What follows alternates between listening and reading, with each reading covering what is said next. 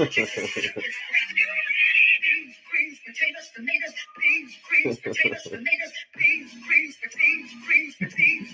hear him out there? You hear him out there? He's like rapping to it. Good evening and welcome to the Good Faith Podcast, where we maneuver around debauchery, attempting to find harmony with our fellow man and unpack degeneracy. I'm your host, Ninjah Bullock. We understand you could have been a million other places, and that time's the most precious commodity any of us have. So from the bottom of our heart, we'd like to share our gratitude with all of you. Viewer and listener discretion is advised. Due to the sensitive nature of some of the topics, we hope you will shield youngins from some of the vulgarity that may be spewed here. It must be noted that the views expressed by the panel are not necessarily the views of the Good Faith Podcast, and we're not liable for any results incurred by the utilization of our advice, nor are we a fiduciary and assume no culpability of investment performance as a result of following our financial advice. Our simple aim is to entertain and inform. Anybody living in the greater Philadelphia area interested in making an appearance on our show can reach me in a DM on Facebook or Instagram at Christopher Bulick. See our Patreon link in the description if you'd like to make a campaign contribution to facilitate our meteoric rise. As a candidate of the people, I solemnly swear I won't misappropriate the funds. I won't spend them at Myrtle Beach golf courses. I won't gas up a corporate jet to fly to Tulum. I won't fund arms dealers in the Middle East with Harrier jets and Stinger missiles. I won't buy stupid shit. There he is. It's beautiful. Take your hat off, boy. That's a dollar bill. I open a savings account in your name. That way, 500 years later, it'll be worth billions. Billions. Oh, I like money. In all seriousness, times are tough, and any proceeds we receive will be going towards avoiding eviction, keeping the lights on, medicating Clark with all of his health concerns, and feeding our gracious guests. Once again, if you feel that you've been given value by us, it takes a little extra effort to like and subscribe. This is your notification that the Good Faith Podcast is now available on not only YouTube, but Apple Podcasts, Spotify, Patreon, Amazon Music, Samsung Podcasts, Listen Notes, iHeartRadio, Pandora, and RSS.com. We'll keep pushing out these episodes so long as our following stays growing.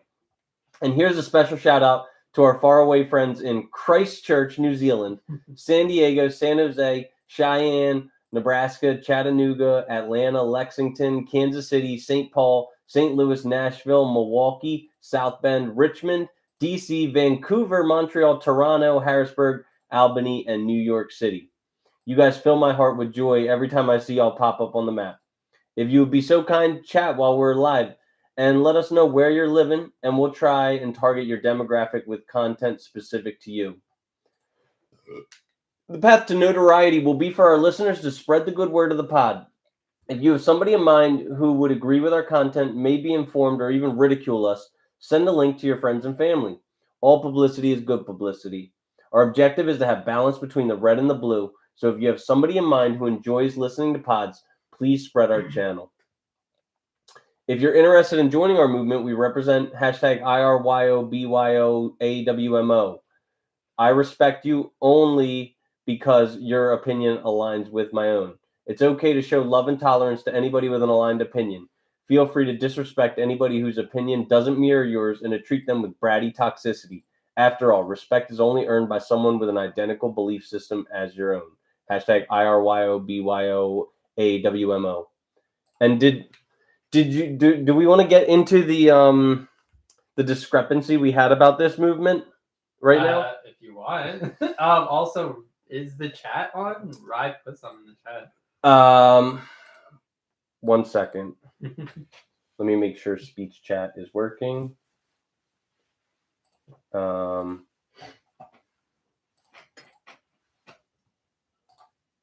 And at this time, let's discuss Iriubiamu while I make sure that this is working. Okay. Can you give a little test? Kelly Bulick Oh, there we go. said, "Hi all." And Rye says, "What up, Doe? What up, Rye? What up, Mom?" Okay, so Iriubiamu, I created the movement. Was it you or was it Rye? Because Rye said he did, didn't he? He might say. I thought you did. I did, and I meant it to Kelly be. Bulick said, "Hi Roy." Hi, Roy or Rye? She says hi, Roy. I don't know. I think she means hi, Rye. The movement was meant to be sarcasm. You know, I don't actually Kelly advocate. Bulick said, Rye. Right, yeah. The movement was meant to be sarcasm. I don't actually advocate for treating anybody who doesn't agree with you with disrespect, but it's like supposed to be a social commentary on the way society is moving, that nobody has any respect for anybody unless their opinions align. So that's why I came up with that hashtag. Yeah. So the discrepancy is on the spelling, though. Yeah, because the spelling that Rye submits is thought- I respect your opinion only because it aligns with my own. but I want it to be because naturally most people don't respect an opinion that doesn't align with their own. But society is taking it one step further and not respecting a person because their opinion doesn't align. I mean, sure. So I wanted to take a dig at people. I just who act remember like that. it being the other way when you first said it, and it's also easier to pronounce the other way. And I thought you were the one who put it in the chat spelled that way. Maybe, I mean, I got nobody. Yo, if you're in the chat, retweet, rehash our hashtag. Well, no one Here even you, knows the old one. Retweet whatever hashtag, whatever acronym you're interested in. But people who behave that way. I know what your problem is. You do? You're just like me. Trash! Yeah, we're living in a society of trash. It's really unfortunate, and I want to kind of adjust your guys' minds to this. I want you to be prepared for the ample trash that you're going to encounter in your a day in your life living here in America, living really all over the world. It's why I titled this episode "A Hedge Against Rising Hoeflation," because if you're not familiar with the concept Hoeflation, it's maybe think about your grandmother, Chernie. I didn't meet my grandma. Neither of them? No. Okay. Well, have you seen pictures? Recently, yeah. Did she look like a lady? I mean, I guess. Did Yeah. She wasn't. She didn't look like a floozy or like a spinster or strumpet, right? I don't know what those last two are, but sure. I'm gonna assume they're about the same thing. A spinster is a woman who reaches old age and is still unwed. Okay. And a strumpet. I think I did hear that once. A strumpet is just like a. That sounds like a dessert. Yes. I want a strumpet. So, would you like the strumpet? The caramel strumpet? Oh, that sounds delectable. I think I will. Thank you. So what's a strumpet? A strumpet's just like a whore or a hoe. Well, that's my new favorite word for that. Strumpet? All right. We're gonna use it. I feel like it's a lot less offensive until people know what it means. Yeah. All right. We'll have to call them strumpets. Oh my god. I'm trying to think of how I can incorporate that into a title. Strumpet. You dirty little strumpet. But this pod, I always will strive to make this pod audio celery stalks and carrot sticks, not biscuits and fried chicken smothered in gravy.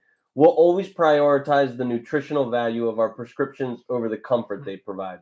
With that being said, do you at home, do you prefer the comfortable lies or the uncomfortable truths? Because, I mean, if you prefer the comfortable lies, maybe go flip on The View. Maybe go flip on, I don't know. Fox. Yeah, go flip on Fox. Kelly Bulick said, uncomfortable truth. Uncomfortable truth. All right. Well, I mean, I don't want to be like such a. I don't want to be such a. What's the word? I don't want to be so I don't want to have such a vendetta against modern women and single moms, but like I will say, I invited one over here. You're gonna rip into them because of the one that Well, Show Joseph up. Fowler she's their said, representation. "Rely She's on the nothing Why but is she the work." representation? Because the she only is. one you know. She was given an opportunity to represent single moms with class and dignity, and she didn't. So this song's going out to her and all people like her. Gave me the comfortable lie. Told me, yeah, I'll be there. I'll be there with bells and whistles on, or what's the? I'll be there with bells on. Fucking yeah, bullshit. But that's why she's a single mom, you know, and you know, they are what they are. Used for recreational use only. And if you attempt to treat them any differently, you're opening yourself up to disappointment, opening yourself up to potential heartbreak, financial woes, struggles of all sorts of magnitudes. And Isn't Drew pretty happy right now? perhaps. I mean, I'm not gonna like speak on. I'm not gonna speak on, you know, the exceptions that work out. You know, Speak on the one that you know is bad. I You don't even know her. You just know that she bailed on you. sure. I'm sure she bailed on others, though. You know, Probably. it's you know why she's a single mom. But like I'm sure this is an issue that maybe was extremely rare in our grandfather's generation, and even more rare in our great grandfather's generation. You could depend upon, you know, there wasn't even hose. There might have been a couple of hose, Definitely were. maybe a few, but like a few is the oldest profession. all right, sure, but that doesn't mean that it's like you didn't encounter them just everywhere. They were, you know, on Skid Row and the red light district. Now they're in your local shopping market. Now they're in your local library. You know, like there's hoes running amok in society. And I mean, I think a good hedge against rampant Hoeflation is to maintain a frame. I mean, operate with extreme prejudice against this kind of stuff, or you're liable, like I said, to suffer financial woes, heartbreak, disappointment, all of that. And if you just operate with an extremely high standard of living, and you know make women jump through hoops in order to you know obtain your monogamy and your commitment, you're a lot less likely to end up with a hoe. I'm basically saying don't settle. He's a mover and shaker. Okay, man, but these men don't settle. They don't settle. They don't get women who are. They don't. There are men on YouTube right now saying, "I don't know what I'm talking about being high value." But here's one thing that they do agree with me on: they don't take a woman with children. They don't. I've had men who vehemently disagree with me on a lot of things. They don't listen to me, but unanimously, we don't take another man's children because that's not even in their mindset. They don't. All right, so I got my rant out. Let's introduce ourselves. Should we have done that first? No, I want to fucking Alright. bash hoes. All right. Introduce yourself, your name, your age, your occupation, your highest level of education completed. Dan or Chernie, 32, bachelor's degree, account services rep at a credit union. All right. And I am Ninja. I'm 33. Occupation is, I like to say that I have 5 occupations, 5 jobs that keep me occupied. And I'll list them from the most income that they produce to the least income that they produce. So my number one 9 to 5 is I'm a life skills coach for a private school for kids with autism. My second most profitable job is being a value investor. I make about, I mean, every year, you know, the plan is that will make me more money. And I'm sure one day down the line in like 30 or 40 years, it'll not even be close between my full-time career and my passive income that I'm making from that. Number 3 job is I'm a face painter and photographer for the Philadelphia Eagles. and I am a online e-commerce vendor with Mercari. I sell shit that I get on like Facebook Marketplace and stuff. And fifth is I'm a podcast host, which I mean, a big reason why I'm disappointed, right, is I have a deal with Rye. Is upon getting my first random guest, like a person who's not an associate or a friend of an associate, just a total stranger. Was that the first one? Yeah, she would have been the first. So I need to refine this strategy and not allow a hoe or a single mom to be that person. But yeah, like upon getting my first random stranger to be a guest on the show, Rye will become a Patreon subscriber. So I'm really disappointed that didn't happen tonight, all because of some hoe. My highest level of education completed is an associate's degree in liberal arts. Now, can you tell me your relationship status, your longest relationship? Single, 7 years. All right. And I am single, and longest relationship is 3 years. Your orientation? Heterosexual and demisexual. All right. And I am just plain old boring vanilla straight. Your spiritual beliefs? Agnostic. And I am non-denominationally Christian. So, Chernie, when I say high value man, what do you think of? I guess money and personality. How much money? Are we talking about like income, or are we talking about net worth? Well, when you think of the money, when you think of the money of a high value man, what do you think of? I guess net worth, because income, if you're spending it and in debt, it doesn't really matter. Mm-hmm. So I guess like someone who has a net worth of like $1 million at least. Really? Sure. Okay. Yeah, I think I may agree. And when you said, what did you say, personality? When you think of personality, what does that entail? Fitness as well. Fitness, personality, okay. I'd say like being a good person, like being charitable, being like nice, like not just being an asshole and argumentative all the time, combative. Like, well, all right. Well, aggressive. I want to give you a little pushback with nice. Okay. Do you think kind would be a more appropriate? Because like you could say nice lies to everybody. You know.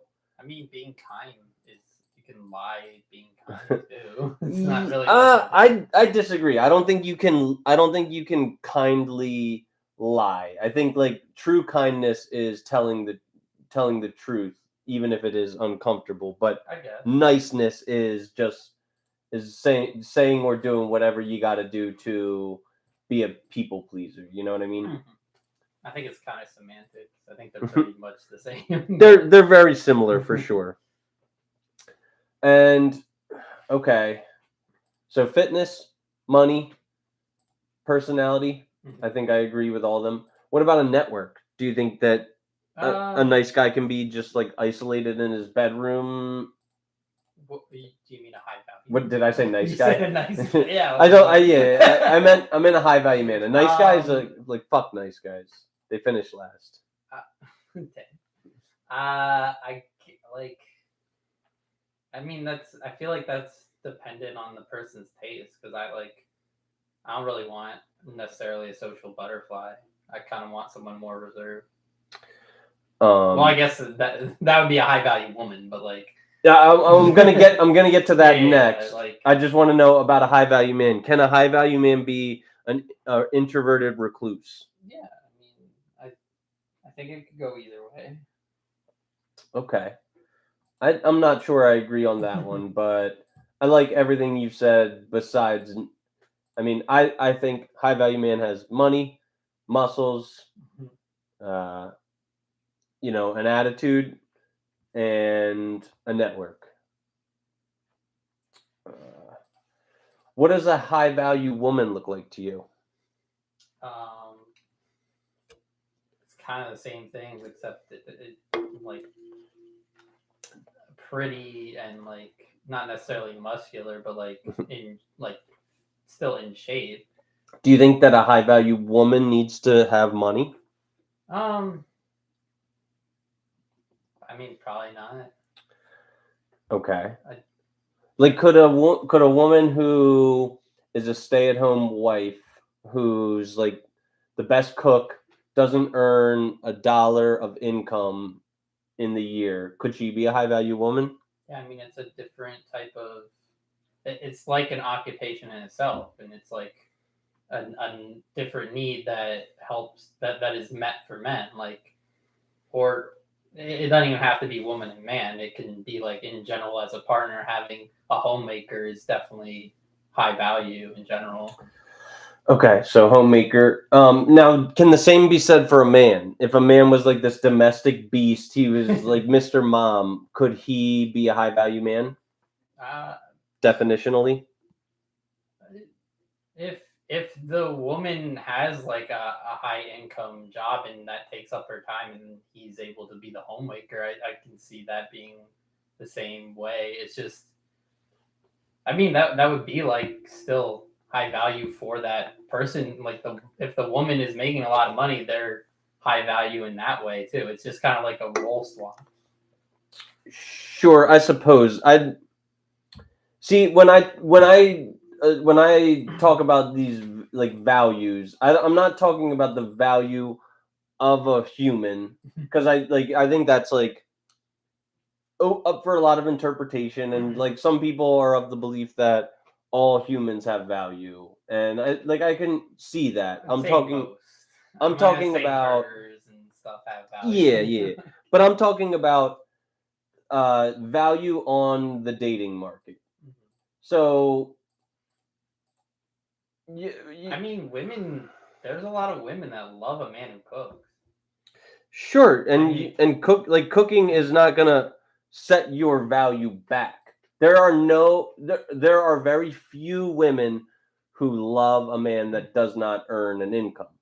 It's like it's a catastrophic detriment to your dating marketplace value. Wouldn't you agree? Sure. It's also kind of like men are more required to work than women. Women, it's more of a choice to work.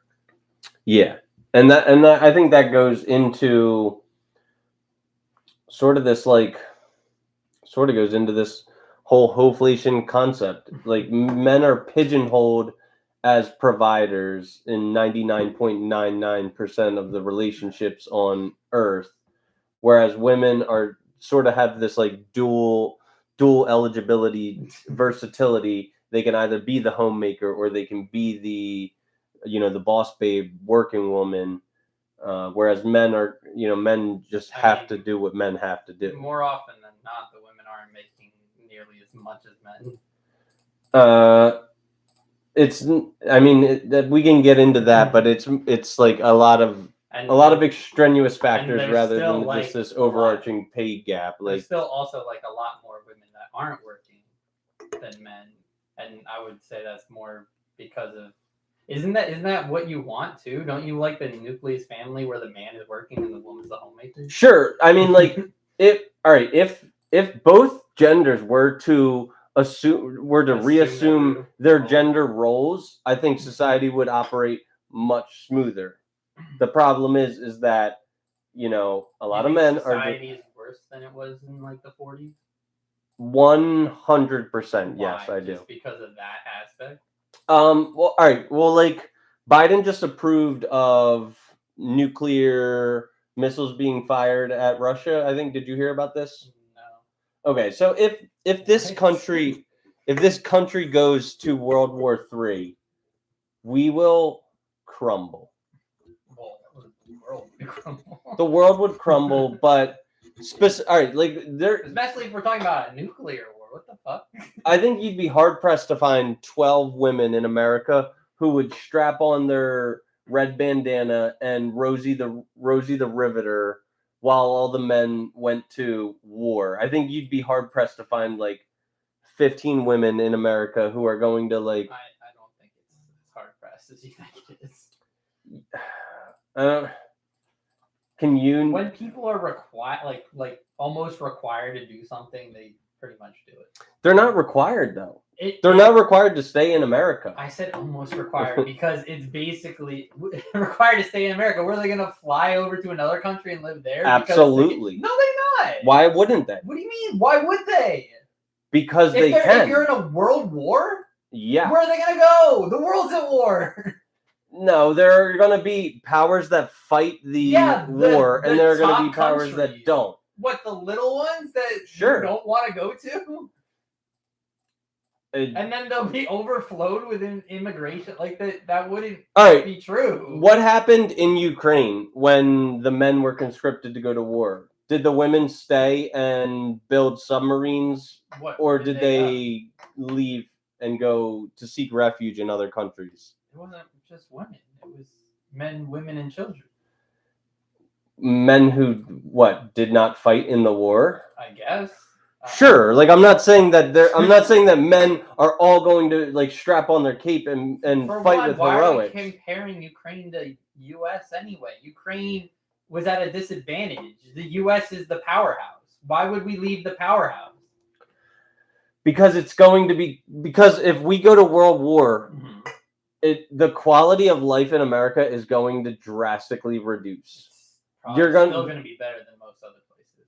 Most, but not all. There are going to be nations that are... I don't think there's going to be some mass migration of women just because we're at war.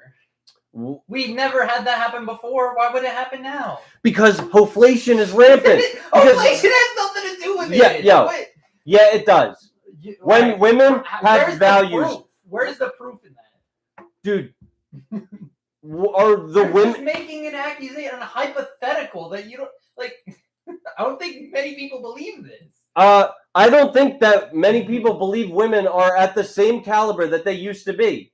Women back in the day used to hold their man down. They used to. What do you mean hold them down? They would watch their man go to war. They would stay in a committed monogamous relationship with him and not fuck anybody until he came home from war. Then they resumed having a family. What? About Dear John letters? Yeah, that was way back then. All right, it happens more now.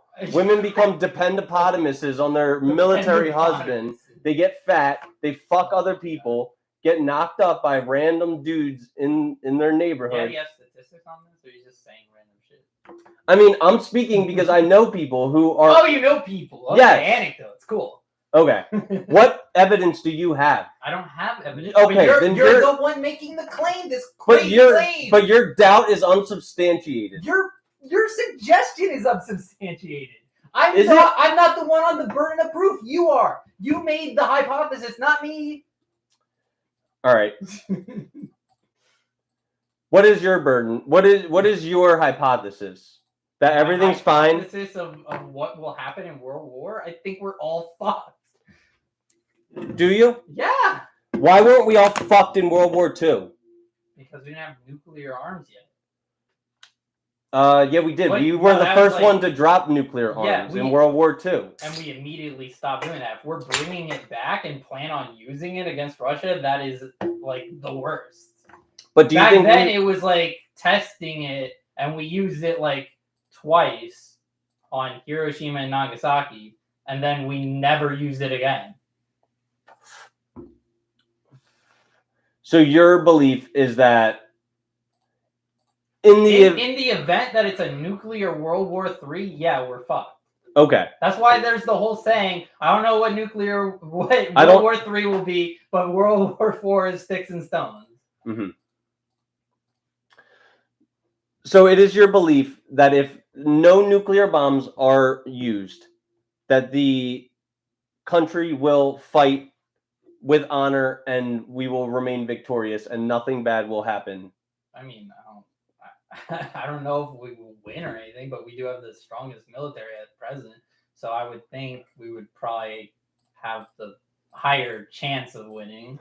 And what is your justification for women in Ukraine exiting at mass? I don't know what you mean, dude. When the men were conscripted to go to war in Ukraine 2 years ago, the women exited Ukraine in mass. But you're also comparing apples to oranges because Ukraine is not the U.S.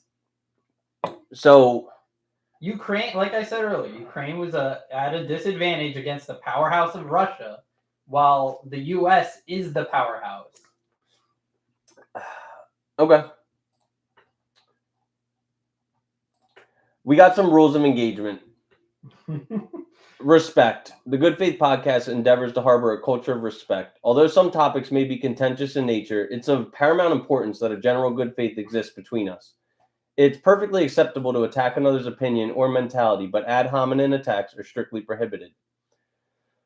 Upon your arrival on the show, it's expected of you to not be deliberately obstinate. Due to the complex discussions we embark on, a certain level of creativity and imagination is necessary. The above withstanding, you may be asked to step outside of your worldview and think of things from a hypothetical perception. And if asked to, a stubborn, I don't know, or deeply entrenched failure to conceive alternative ideas is harmful to the good spirit of healthy conversation. We trust that our guests on the panel will refrain from any hate speech, ill will towards celebrities, particular demographics, and any other general avoidance of anything that can be considered a violation of the terms of service of the platforms and publishers we choose to post on. Nudity is strictly prohibited, and in efforts to preserve our reputation, we request not to use any intolerant language. All jokes aside, I really detest the use of the F word, the N word, and the R word. Elgato may chime in with popular culture sound bites and may even go as far as dropping an N-bomb. But if you'll note, they, them are black. It's their word. Nobody wants to listen to some diatribe by one person except this one, so please consider the air of the room. We ask all members to contribute equally in their communications and to have a somewhat internal clock when speaking. It may sound like this. You're making a mess. You either do it right or you don't do it. But I want to do it. You're done. You are done. The fifth rule is to have fun. We aim at the Good Faith Podcast to build a culture of fun and debate in an attempt to reach across the aisle and perhaps educate and learn things from the many walks of life. Remember, only boring people get bored. We have a P.O. box for our complaints and grievances. It's up your fucking nappy twat. Go fuck yourself. Seriously, we do endeavor to create a safe space for constructive feedback. We will consider all complaints and grievances. Finally, a philosophy of curiosity is welcome. Instead of criticizing a viewpoint you don't understand, please seek to understand it. All right, here's a viewpoint I don't understand, and I'm going to seek to understand it. Why do you have a white knight complex? Me? Mm-hmm. What do you mean? Why do you always come to the defense of women? Because you always attack women. But Literally, all of your questions are targeted towards women but and the gender disparity. I don't think I generally come to the defense of women. It's just when I'm put in a situation where someone is solely attacking women, that's what it's going to look like. do you think you ever come to the defense of men when they're attacked? I haven't really had to because I'm not usually in a room with people attacking men. Okay, so your belief is that you do not generally come to the defense of women as a white knight crusader. Not like out of nowhere, just when it's like when I'm talking with like you and Rye. Do you think that they're like poor, helpless creatures that can't defend themselves? Not really. Like, do you think that they're capable of defending themselves? Sure. So why do they need your defense? Because it's just annoying hearing you talk like attack them all the time. Do you have male guilt? No. Okay. Mean what you say and say what you mean. If you stand for nothing, you'll fall for anything. Prattle isn't helpful towards providing a prescription for helping folks. A lot of the conversational topics are phrased in a binary form. Would you rather this or that? While the nature of most opinions falls somewhere in the middle of two extremes, we ask you to please try and identify which pole you lean towards. The purpose of this is because we aim to graph data based on our findings, and while you can't graph, I don't know, it's a little bit of both. So if the question is which is better with peanut butter, jelly, or chocolate, I don't know, they're both so good, isn't adequate. All right. I already asked you last show if you have a role model. You said no, right? Yeah. I asked if Riley Reid or Lana Rhoades is a good role model. The answer is obviously no. I asked last time, is there such thing as a hoe phase? What did you say about that? Yeah, I guess. There is such thing as a hoe phase? Yeah, like I don't think people are just hoes forever. Well, like what marks the what marks the beginning and the end of a hoe phase? Beginning is when you first have sex, I guess, and then Wait. So having sex makes you a hoe? Is that what you're saying? Oh my god, you take Can you- everything. Can Look, you I'm define saying- a hoe? Can you define a hoe for me? Jeez. I don't know, like someone who has a lot of sex, but like What's a lot of you're sex? talking about the start of a hoe phase. Usually, sex is what like once you first have it. That like if you're gonna become a hoe, it's decided on that. If you continue to have it over and over again. Can you come up with a specific measurable example I don't of know, what a hoe is? What's a hoe?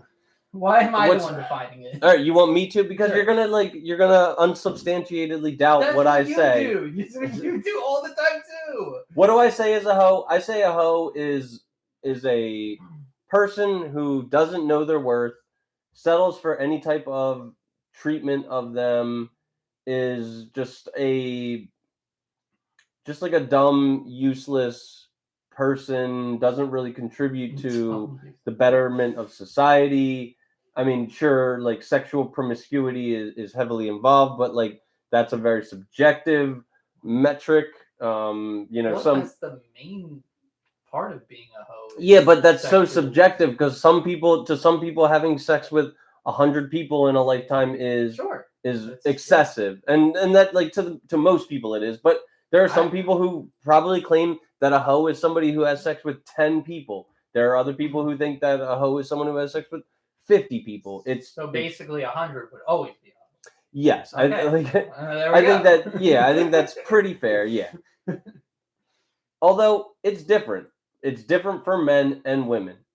For a man to have sex with 100 people, he needs to have game, he needs to have charisma, he probably needs to have money, he needs to have a toned physique, he needs to be social, he needs to be like he needs to be a quick thinker on his feet. For a woman to have sex with 100 people, she needs to exist in this world. So I think they ought to be held to different standards. Still do it. Like just because you have the access doesn't mean you're going to. Well, yeah, you have to have the propensity and the capacity Which to would be have the sex. difference of a hoe and just a person who can get whatever she wants. Well, yeah, sure, but like I think most men are as sexually promiscuous as society allows them to be. Most men who have a body count of 4 are not able to have sex with more than 4 women consentingly, consensually. Okay. Most like every single woman on this earth, even the one that's got 3 limbs and like no teeth and back knee and just like blue waffle, even that girl's able to like put up more than 4 bodies in like a summer if she really put herself out there. So I think they ought to be held to different standards. I absolutely think So what are those standard differences? for a woman, Where it's like more people? for a woman, triple digits 100% makes you a hoe. For a man, it's like 2 people is a hoe. Like 4 people is a hoe. No, for a man, it's the opposite. I think. Why would it be the opposite? If it's harder for them to get it, wouldn't just having a few make you a hoe? What? No, it would be the bar for a man to be a hoe is substantially higher. It is so much more difficult for a man to be a hoe. So shouldn't the bar be lower? Why? Because it's harder to get it. What, like that's like saying that the bar for being a Harvard lawyer should be high or should be lower because it's so much harder to be it. Like exclusivity and rarity have to have value. Otherwise, what are these values that we have in society? I don't think we're thinking about the same thing, but all right. I know you don't believe in a soul, but do some choices have permanent ramifications on your soul?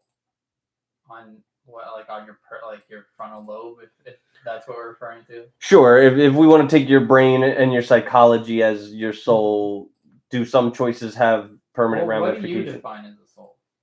What do I define as a soul? I think You don't know me.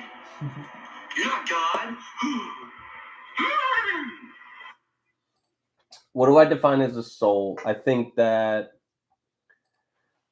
I think a soul is a fourth dimensional personality that is not bound to this earthly realm. Okay. If that makes any, is that like an adequate definition? I guess so. But I do think while you are alive, your soul is like kind of trapped in your mind, but And so what? When you die, it just goes to heaven. I I guess. like some believe heaven, Or some hell. believe in reincarnation. Yeah, wherever the afterlife is. Hey, so if I wanted a high body man, what do I do? Be reincarnated. You can't get one. But do you think some choices have permanent ramifications on your soul? Sure. I would definitely say murder would. Okay. What else what are some other examples of like a permanent consequence to your soul? I guess a lot of promiscuous sex would. Yes, definitely. I think drug use. Yeah, drug definitely. Abuse. Being abused. Definitely. Being abused. Yeah. Like there's a lot of like going to war. Yeah. Being in the military. Being in the military actually is probably one of the biggest. Mm-hmm. That's where all the PTSD comes from. And your personality completely shifts. Yeah. What about like thievery? Like being a thief, or Yeah, stolen? do you think if you like I think both, really. if you I definitely think you would trust others less if you were to be victimized by enough, but I think like if you commit enough crime, enough thievery against people, I think it'll diminish your soul, in my opinion. Sure. But basically, guys, if you do what everybody else does, you're gonna get what everybody else gets. If you do what you've always done, you're gonna get what you've always gotten. We are what we repeatedly do. Therefore, excellence is not an act, but a habit. That's what Aristotle said. I gotta stop making a habit of inviting hoes onto my podcast. Isn't that the first time? That's debatable. Okay. I'm not gonna throw shade on anybody who has upheld their word and appeared on our podcast. So I won't. Like you want to. I'm not gonna call them hoes. But you'll call the audience. But I'll call anybody who ever flaked on my show a fucking hoe. You know what I mean? Like, I don't care what your excuse is. And listen, you want to 12 hours, 6 hours, 1 hour before you want to say, hey, my grandma fell ill. I need to go take care of her. Or, hey, my son is in the hospital. Need to go make sure he's okay. Or, hey, my friend got dumped by her boyfriend. She's crying on her couch eating Haagen-Dazs. Like, I need to go be with her and show her support. Fine. You want to no call, no show? You're fucking dead to me, dude. I'm never ever gonna fucking forgive you for that.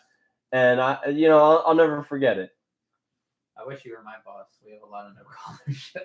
Bro, actually no, we do have a big call out actually, but it doesn't matter. We definitely had no call no shows. Your unreliability, your lack of dependability is trash. I know what your problem is. You do? You're just like me. Trash! But this episode is about providing a prescription for a hedge against Hoeflation. And I think the number one hedge against Hoeflation is having high standards. If you set boundaries and somebody disobeys your boundary, you cut them off. They're dead to you. I mean, I'm not the kind of person that believes in 3 strikes you're out. I'm the kind of person. I mean, honestly, like I thought you did. no, honest, The third strike is the one. no, like for this podcast, I've set a standard that it used to be strike. 2. It used to be 2 Now it's strikes 1. you're out. Now it's 1 strike you're out. Like I'm not gonna give people ample opportunities to disobey my boundaries. You know what I mean? Like if you do something I don't like, you're out. I'm not gonna like teach you how to like treat other people with dignity and respect. You know what I mean? It should not be something that I have to do. So yeah, so from now on, if you flake, if you no call no show one time, I mean that's absolutely like a it's a non-negotiable. So these are the 10 principles that I think are also good, along with having high standards, along with not allowing anybody to disobey your boundaries, along with not allowing anybody to walk all over you. If you do these 10 things, you're going to have a higher quality of life. You're going to put yourself in a higher echelon of company, and as a direct result, you're going to bump you're going to bump elbows with less hoes. So number 1, fitness and health. Health is wealth. Have a amazing physique. Don't smoke. Don't drink to excess. If you want to smoke and drink every now and again, that's fine. Don't make it a daily habit. I don't think. Don't drink a ton of soda. I mean, I know from watching my show, it looks like I drink a 6-pack of Coke These every are week. like 8 ounces. They're really small cans, and this is the only time I drink like Coke in a week. I maybe have a Coke on 7.5 ounces. yeah, I maybe have like a Coke on Tuesdays with my like lunch. That's do you just do it on this show just to promote your stock? Yeah, like I just like I buy Coke to help my stock. Yeah, like I don't But even. why don't you do it regularly? I mean, because like that would be extremely unhealthy to But it would drink. help your stock more, right? No, like it would be really unhealthy. But like your health, your wealth, your fitness, maximize it. If you don't maximize it, you're going to have like this pudgy, fat fucking physique.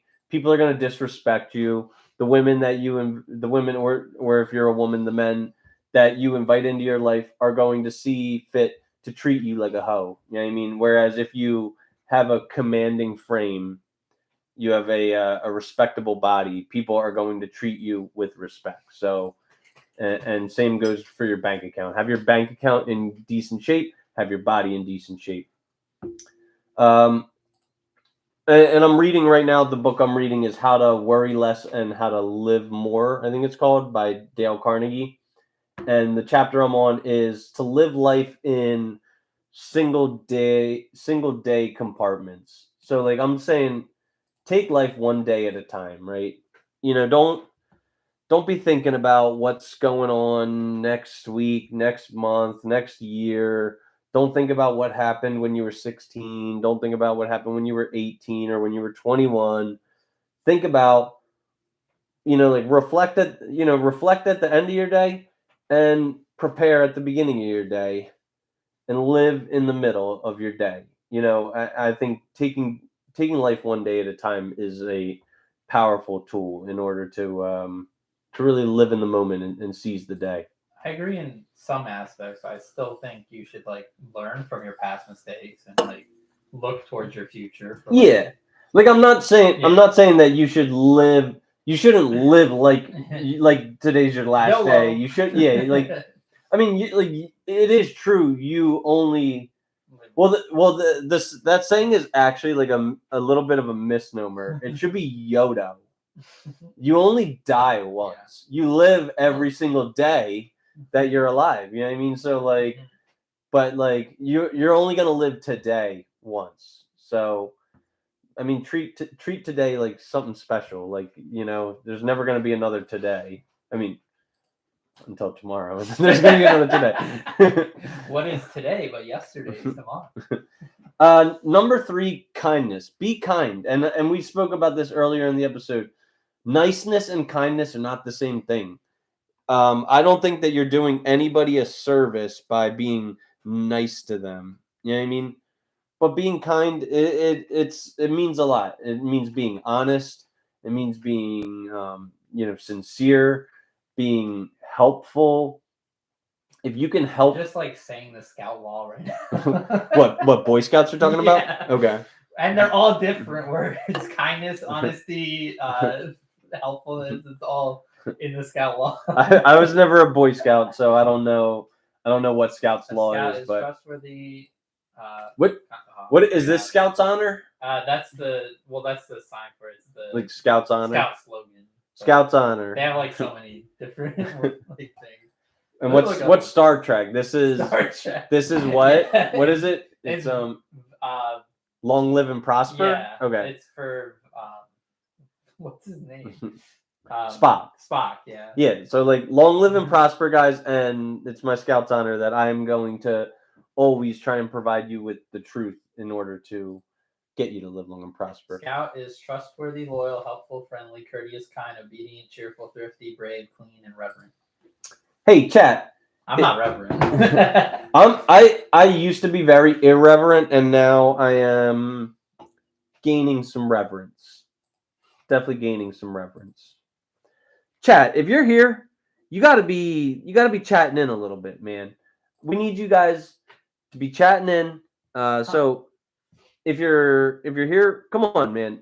Where's DeMontre Jackson? Where's I mean Joe is working, so I'll give Joe I'll give Joe did show up still. who? He still showed up too. Yeah, I know. Because he's not a fucking hoe. That's why. Did you know the Scout law was inspired by the Bushido code? Demeter Jackson. There he says, is. Give us some to chat Let's about. give him something to talk about. The Scout law was inspired by the Bushido code of the Japanese samurai. Yo, Demontre, you never maybe this is an opportunity for us to get to know Demontre. I don't know where you're from. I don't know which one of our where are you from? What city are you living in? Are you from Louisville or Demontre? Tell us a little bit about yourself. Tell us any experience you have with hoes. Yeah, I mean, do you have fond experience with hoes? Sounds like do you a have radio show? Tell us about mistakes that you've made that you've learned from. Give us a little bit of insight into Demontre. What about yourself? What are some mistakes you've learned from? Oh, okay. Mistakes I've learned from hoes. Oh, I was just saying in general. Oh. You had to take it to hoes. Mistakes I've learned from. Yeah, I've learned from. I've learned a lot about drinking on an empty stomach, and drinking to excess is Are you just talking about alcohol or? yes. Okay. Yeah. Never drink on an empty stomach, and if you can, if you always can and you always should, set maybe like a 10 drink a night limit. And if you ever have a difficult time staying underneath 10 drinks a night, you have a definite problem and you need to get help, because drinking to excess. What are you, Michael Jordan? Get help. Stop it. Get some help. If you're having a tough time moderating. Demeter Jackson said, I'm from Baton Rouge. Oh. And I know all about hoes. Yo, Capital I. do you got hoes in different area codes, or are all your hoes centralized to the Baton Rouge metropolitan area, Demontre? They probably have multiple area codes, right? Probably it's a smaller small, city, yeah. but I think it probably has multiple area codes. What else? Do you have any mistakes that you've learned from that you can provide us with advice on? I've learned to not delve into penny stocks. Yes, for sure. Yeah. I learned that college isn't meant for everyone, and it's more of if you're really trying to go into higher learning, like for like lawyers or doctors. I don't think it's as useful. Like it's still useful even for lower jobs, but I don't think it's as useful as just like going to a trade school or like just getting experience out on the field. Yeah. And that was definitely something I didn't know going into college. Anything else? I'm What- sure there are- are. I can't think of any on the spot right now. Are there any regrets? Because I feel like regrets get a bad name. Like I have some regrets, but like I'm not like dwelling upon them, like or like drowning in self pity. But like I regret that I didn't get more involved in high school. You know, I wish I would have joined in, like clubs? Or... Yeah, like be like in like theater club and video game club and like really try my Senator Jackson said, "Now you thought I was just 77-0 and 4-0 for I'm worldwide. Bitch act like y'all know. It's the abominable hoe man." They don't know how to spell abominable, or did he spell it? It's the abominable hoe man, globe trotting international postman, nigga dick dope man. I've got hoes. I should have made that the theme song for the night. But this one's a good one by a good Southern hoe.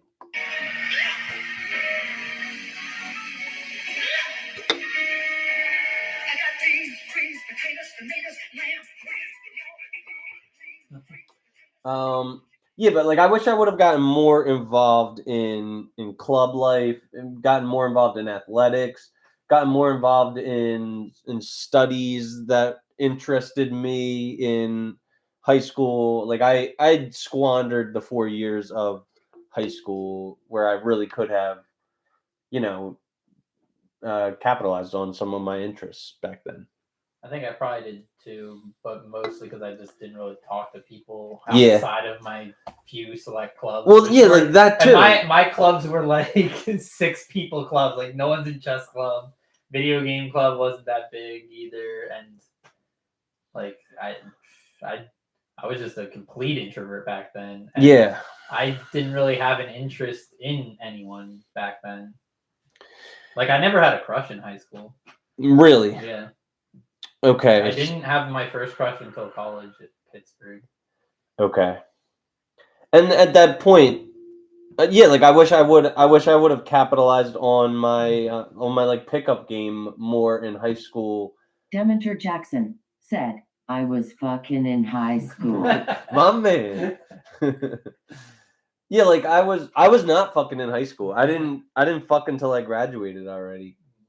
And I wish I would have honed in on my skill to seduce women a little bit better, because you know I just got like thrown to the wolves in this landscape, this ecosystem of hoes. I had no preparation whatsoever for, and I don't know. It's like going to the pros, but more like going to the hoes. You know what I mean? Like I just went straight from high school to the league, and I didn't have any development. You know what I mean? So I wish I would have taken it upon myself to, you know, refine my game a little bit better on like a middle school and high school and collegiate level, instead of waiting until, you know, I became like 30 to really take this shit seriously. You know what I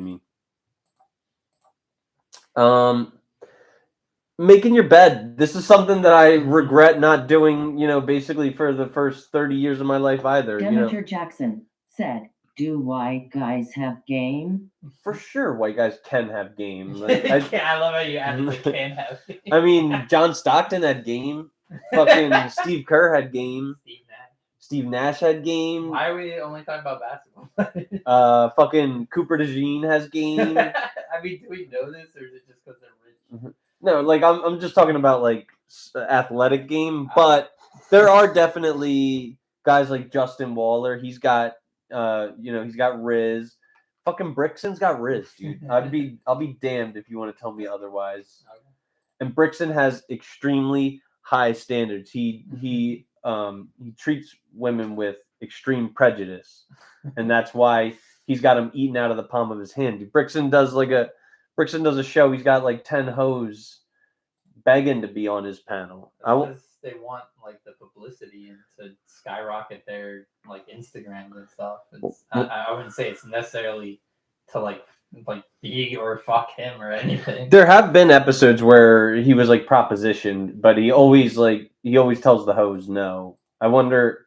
I would really like to like see Brixton in a environment like that where his Riz was tested. See if he's got Riz or not. Rule number 5: get your shit together. Well, then get your shit together. Get it all together and put it in a backpack. All your shit, so it's together. And if you gotta take it somewhere, take it to the shit store and sell it, or put it in a shit museum. I don't care what you do. You just gotta get it together. Get your shit together. When asking like the standards that a lot of women have for a man, a lot of them say, "I want a man with his shit together," and that's like a pretty nebulous term. But like when you think of having your shit together, what does that mean to you, Chernie? I mean, I guess a lot of things. Just having a stable job, having stable income, like a shelter, being more independent. I guess. I don't know. I guess just not relying on everyone else for everything. Not like I don't know really how else to describe it. Yeah, I mean, I think the root of why a lot of women say that they want a man with his shit together is because it translates in direct proportion to him having money, which were the two first things that you listed. Like a man who is broke is definitionally low value and does not have his shit together, which is why I submit that a man who's like a stay-at-home house husband doesn't have his shit together. Having your love interests in line, not bending over backwards for a hoe, is having your shit together. Arriving to your job 5, 10, 15 minutes before your shift is having your shit together. Dressing like you care about your appearance is having your shit together. Having good hygiene, having a clean space, having a network of close friends, having your fitness together is definitely having your shit together. And if you don't, which kind of ties into my 6th principle, which is organization. Like get your shit together, have it all organized. Don't have anything running amok. Don't have any gambling addictions. Don't have any porn addictions. Don't have any substance abuse that you're dealing with. Have your shit together. If you have some psychological traumas, go to therapy. There's a thought. It's a very novel thought. It's not cheap. It's not ridiculous either. Like, I mean, I don't know what the go. I think my therapy is like at a cheaper rate than what most people pay, but I mean, it doesn't cost like a ton. It costs, I don't know. I don't pay a ton for my therapy. But you probably also don't need it as much as some other people. Well, all the reason why people who need it should like they might charge more for the people that need it more and have like more like intensive therapy. Well, yeah, they have more intensive and they spend more time in therapy, which is like an hourly rate, right? Yeah. Sure. I mean, if the juice is worth the squeeze it. You know what I mean? If it's not, then cut it out. You know what I mean? That's like all part of having your shit together. Have priorities. If something is of major consequence to your quality of life, pursue it. And if it's not, then cut it out. 7 is joy. do something that brings you joy or something that brings others joy. Like, just be a source of inspiration in this world. Be a shining light. I mean, I think it's better to be joyful than it is to be doom and gloom. You know what I mean? People enjoy being around joyful people. Yeah. Like, you're always going to be more attractive if you are cheerful and joyful. Principle number 8 is mentorship, service, and charity. I think these are kind of like 3 different principles, but they're all in the same vein. You know, like teach, serve, and give. You know that, and if you do those 3 things, people are going to be attracted to you. You're going to start attracting the high value members of society into your network. You know, if you're always just being this parasitic succubus upon others' energy, nobody's going to want you around. You know, they're going to avoid you like the plague if you're a charity case, if you're always being served, if you're always learning from others but you're never teaching. You know, like I think you're going to go down a dark path if that is your general philosophy to approaching life. And 9 and 10 are meditation and prayer. I know you're not necessarily big on these because, you know, you don't believe in the spiritual realm, and that's fair. I still think meditation could be something that serves you. I don't think I'm not against meditation. Yeah, like I don't think it I needs. just don't do it. That's fair. Like, and I'll say meditation is the principle on here that I struggle with the most. I would just get so bored. And I wouldn't really just be able to shut like everything out.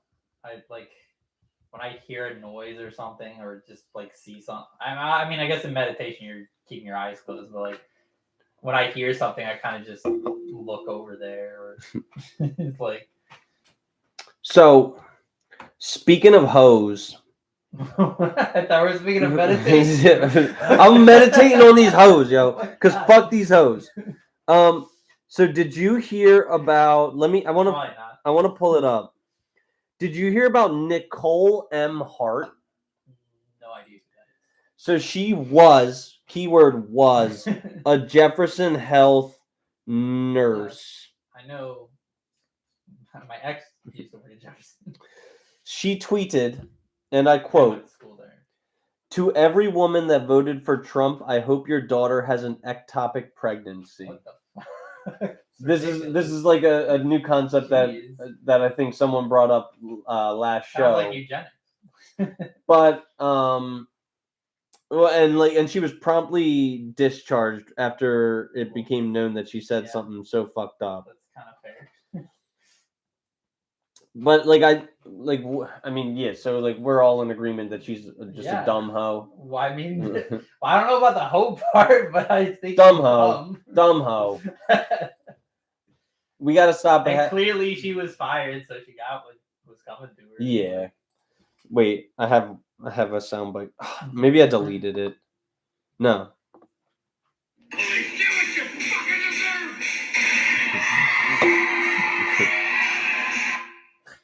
So I got just like a couple of tweets.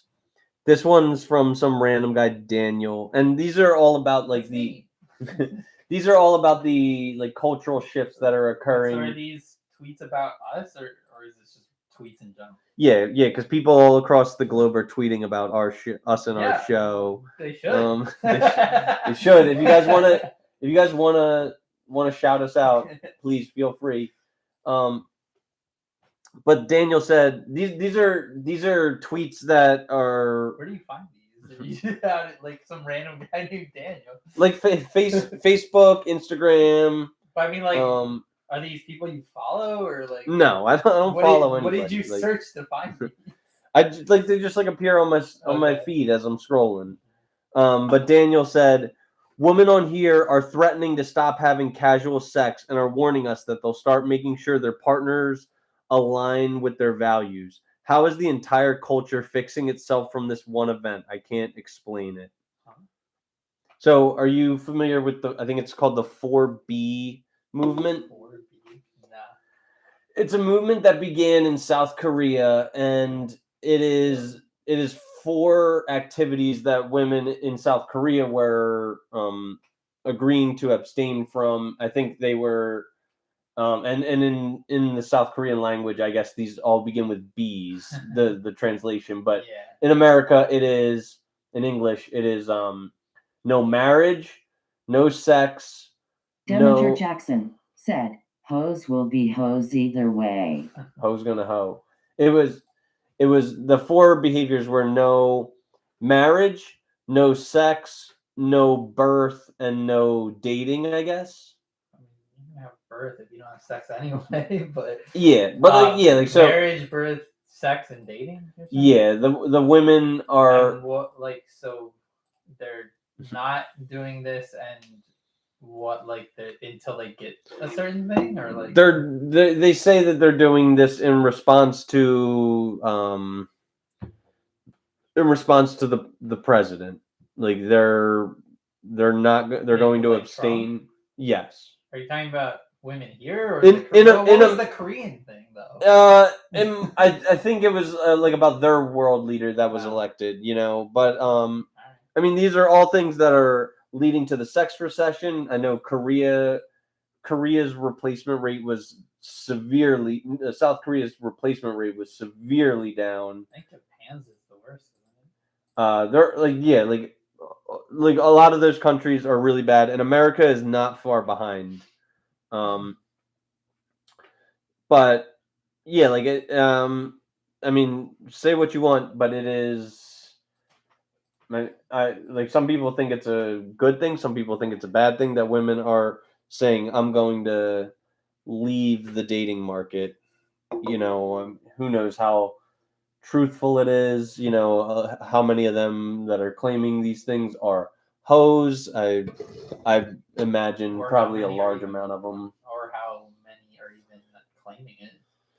Yeah, well, I've definitely heard about it. I've definitely heard, in the past couple of weeks, women saying like, "I'm not gonna like fuck every random guy anymore." It's like, oh, That's This- they've said people said that for like decades. That's not like that's like saying you're a born again virgin. Like that was a thing a long time. Do people still call themselves born again virgins? yeah, Oh definitely, my God. absolutely. Sure, I have something for this, but you know what? To all them, I say, No. Buy a dog and die alone. die alone, man. Die Isn't it usually alone. a cat lady? Crazy cat lady, crazy dog lady. They're both the same. They're both gonna die alone. And then wait, what else do I have here? What, for tweets or Yeah, I think that might be. that was only one. Thought you had more. What is this one? Where you Nah. just like actually scrolling through Twitter. No. These are just ones that I saved throughout my day. Alright. Taraji P. Henson says that all of the men in the United States are ran through. She's an actress. Right? Yeah. She says all of the men in America have been ran through, and she's uncertain if the love of her life lives in America. What does that mean, ran through? Means Like, hoes. All the men have been fucked? Yes. That's what she believes. And I am So what, she assuming wants a male virgin? I'm assuming from her comments she's done extensive research with all of these men and knows firsthand, though it may be anecdotal, it's probably like vastly Demeter Jackson said, Taraji is ran through. Facts. And I want to discuss now the gentrification of traditional masculinity in modern society. Simps are driving the price up of basic women and causing Hoeflation. So I want to equate this. I'm going to use an analogy. Like imagine you're in. All right, for the sake of this analogy, women are houses. Okay. So imagine this really, really rich guy from like State Street or BlackRock or Vanguard, this institutional buyer. He's got hundreds of billions at his disposal. And Is if he man a house, or is he just a? no, the man is like a real realtor or a house flipper. The man's a house flipper. Okay. Okay. So this man goes into like the hood, and he's got $100 billion at his disposal. He's looking for depreciated assets that have like potential for a lot of growth, or maybe he's just looking for cheap assets, right? And he goes into a really rundown neighborhood with his hundreds of billions of dollars, and he just starts buying up all the properties, right? The property values are going to what? What, go up? They're going to increase, right? I mean, I guess if you gentrify it, like it sounds like you're going to do. Yes, like regardless of what economic conditions exist, if the demand for anything goes up, the price also goes up, right? So he is introducing. So why is the demand going up in this situation? Because this man is buying them. Like he is buying houses. He's buying hoes. The price is going up. Maybe not for the first one, maybe not for the second one, but once like everybody on the block catches wind that somebody's buying, they're all going to raise their standards for what they believe they're worth, right? Sure. So, or wouldn't they kind of just go at the price that they're going at?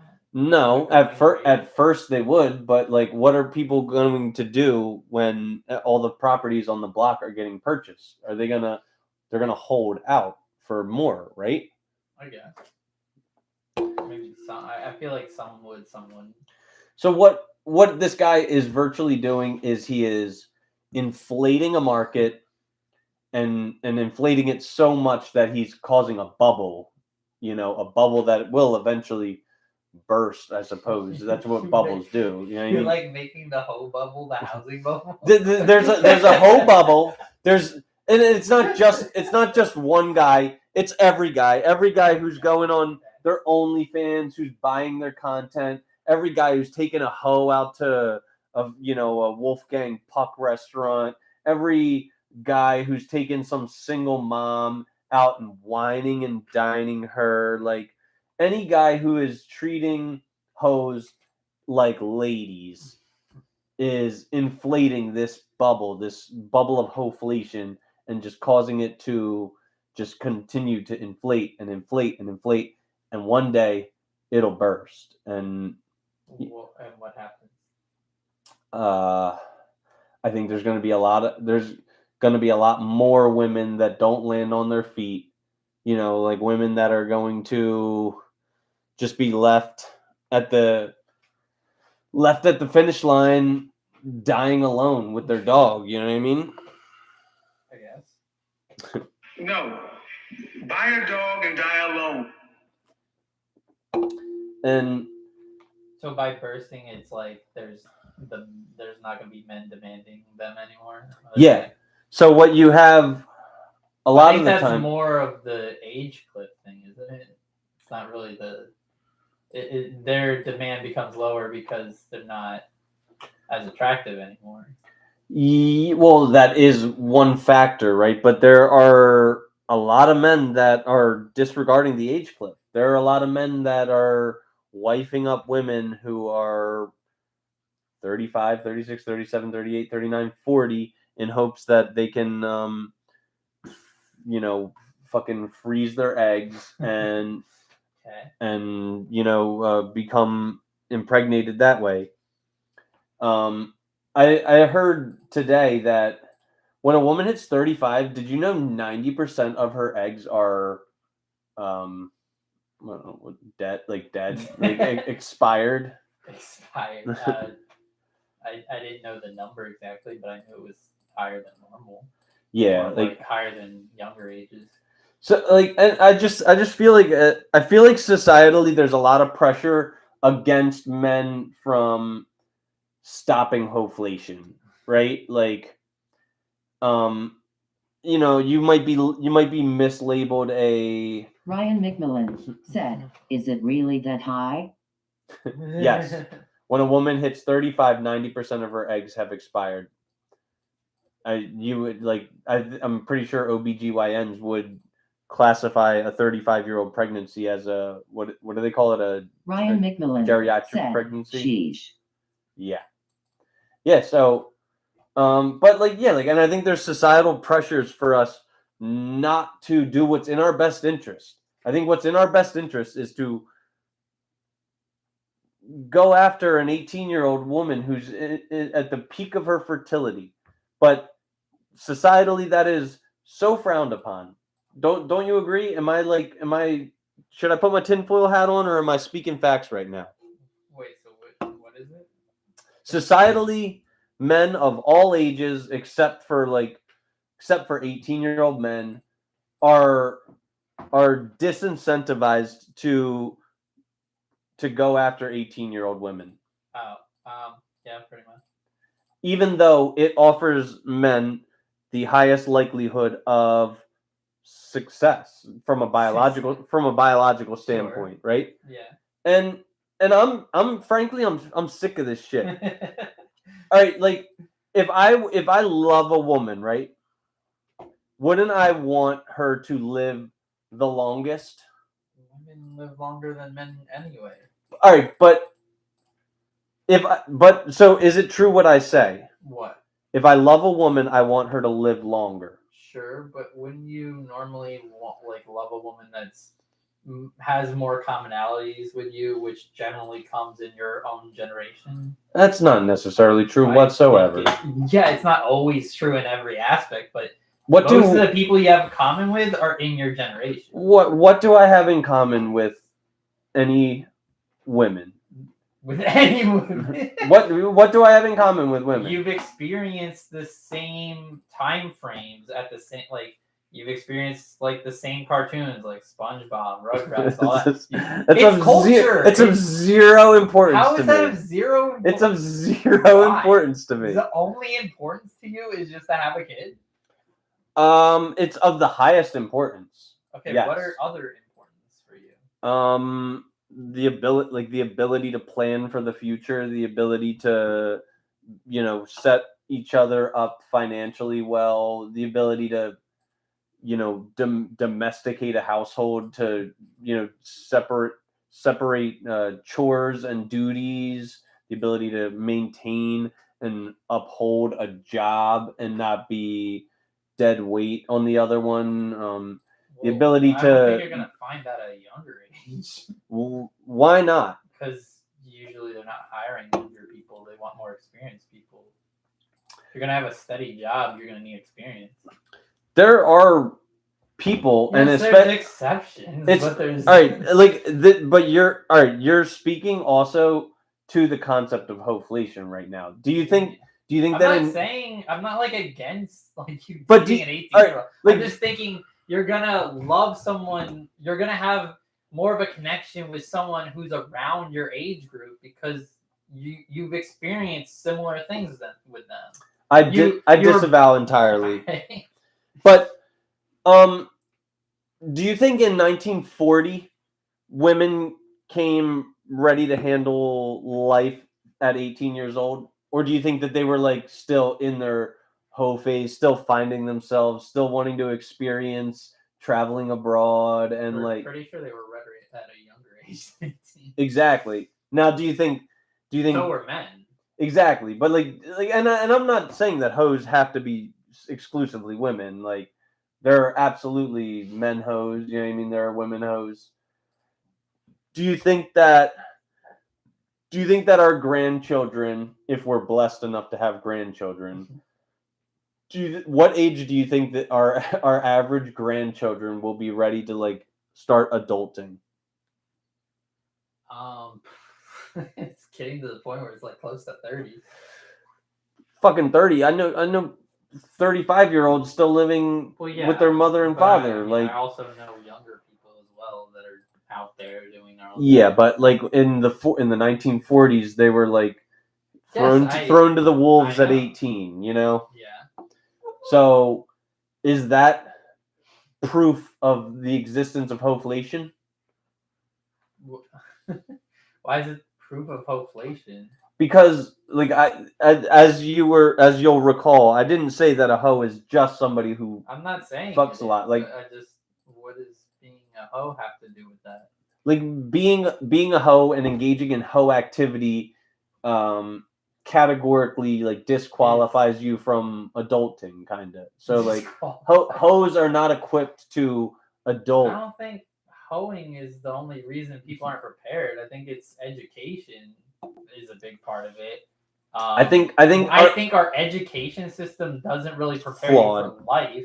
It Yeah. prepares you for a job. It doesn't even really No. prepare you for a job. I'll tell you what. It teaches you stuff. I'll tell you what modern universities are is they're indoctrination camps that push Hoeflation on their students. Why is everything circling back to Hoeflation? Because that's the common theme of this But like, episode. I'm confused on what Hoeflation is. Then, like, Okay, basically, if I could sum up, all right. Ryan McMillan said, education system is trash. Economy also is a massive reason. Yeah.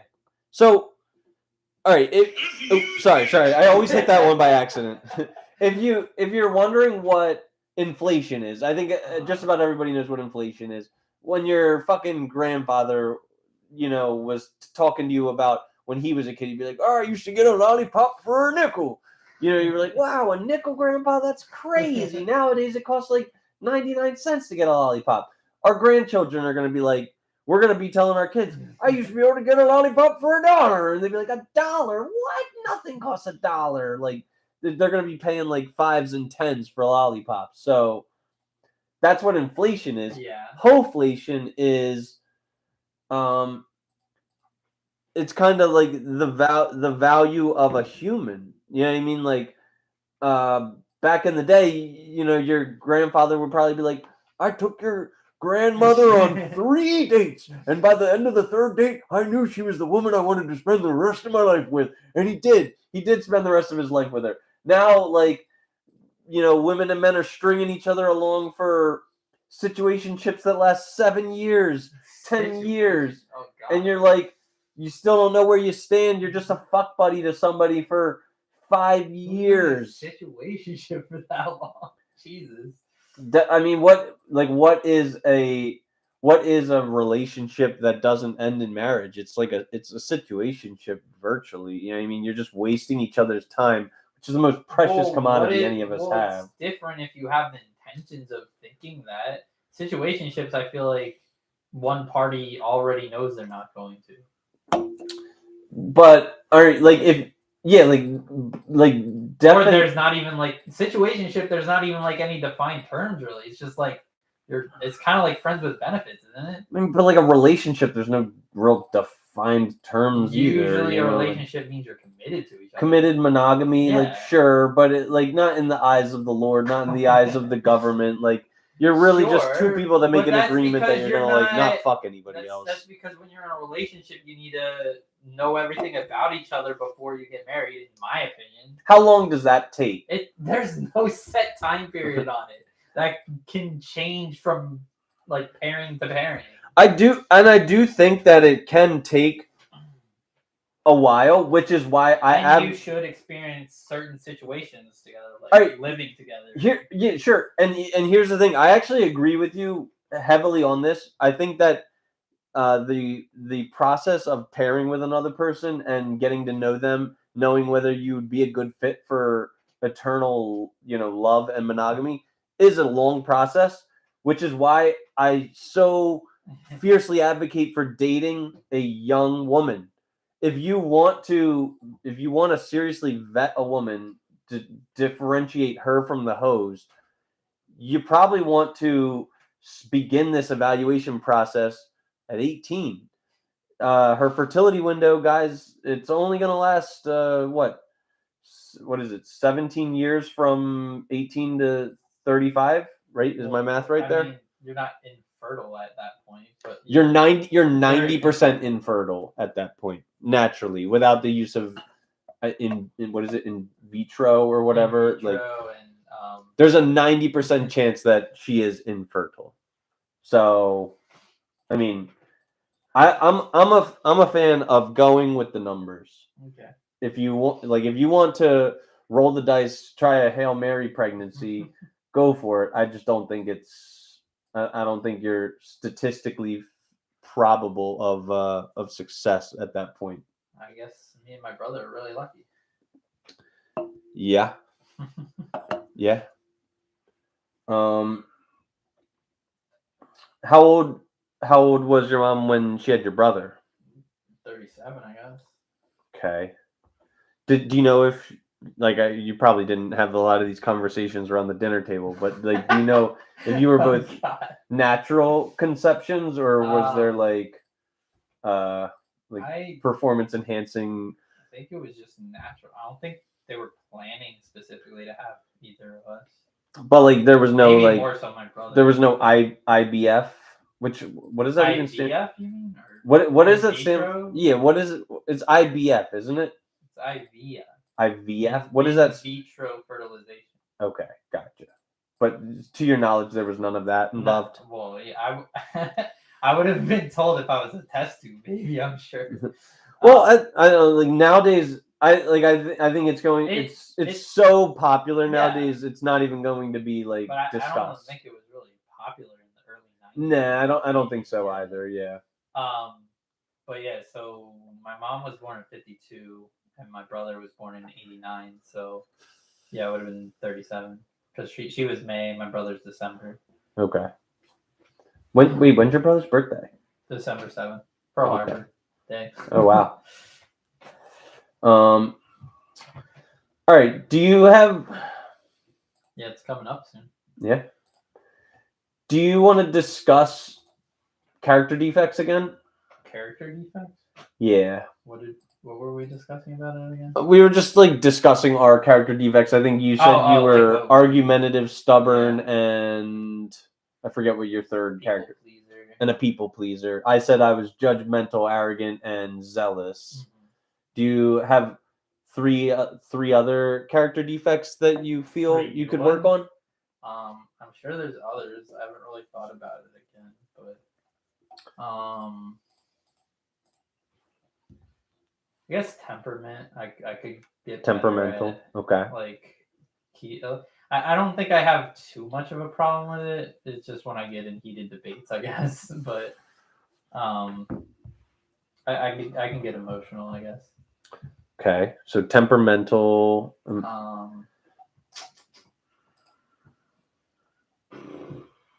guess being social. Okay, so you're reclusive, you'd say? I kind of just saying, which can be good or bad. Most people see it as a bad thing, I would think. Mm-hmm.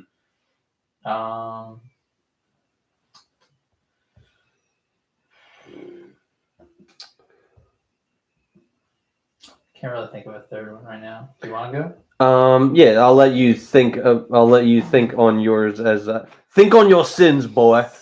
And well, I guess religion could be. Well, I'm not religious at all. So you'd say like spiritually I don't really bereft? want to be, but like I guess that would be one that sure most people don't really like. I feel like a lot of people are religious. I think it's kind of becoming more like there's more people that are becoming atheists and agnostic these days. So I don't know. I think. I mean, I'm sure that is a contributing factor to Hoeflation, but everything. So I would,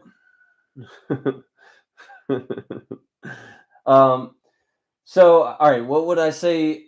Mine are. I think I could be somewhat irreverent, even though that is a defect that I'm working to correct.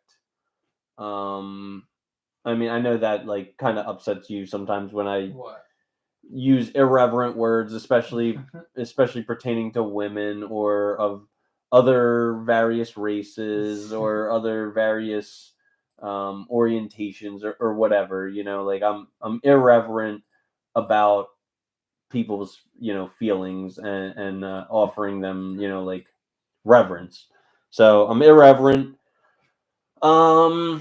I'm like pretty extreme, I suppose. I definitely don't have like a moderator built into my like mind for anything.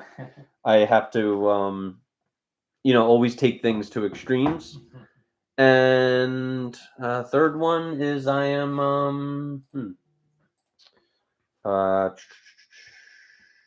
So what was it? Irreverent moderation. irreverence, extremism, and Oh, that's another one. I correct people a lot. okay, so we'll say critical. Yeah. I think I kind of like that one too for myself because I am also Is that kind of the same as judgmental, or I guess it's different? uh I'm not like judging them. see I think judgmental could be like judgmental doesn't always have to be It doesn't have to be a bad. it doesn't have to be a bad thing. Like every time you say, "Wow, he's a really good person," what you're doing is offering them a favorable judgment. Yeah. You know what I mean? But So that's not usually the MRD's connotation for 1117 said, A. yo, Nasty, the fuck's up? Yo, Nasty. judgmental. So just to fill you in, Catch you up. We're talking about Hoeflation tonight. Invited onto the panel, a single mom. Ugh. Blech. Fucking disgusting. Invited her on. Of course, she no-showed, no-showed, because she's a fucking piece of shit. Here's my judgment on her. Piece of shit. But yeah, like no-showed. It's what I get though. It's what I get for believing in single mothers or like Humanity. yeah, like I honestly I should have zero faith in humanity left. But like there's just something about me like I will Eternal optimist. I'm That's another fault you have. I'm eternally optimistic.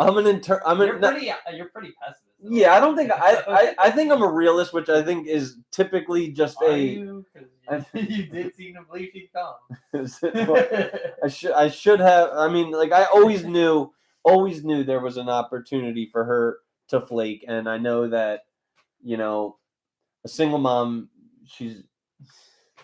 Single mothers are inherently low value. So for me to believe that an inherently low value human being would come through and be reliable, that's my fault. Like I deserve all the blame.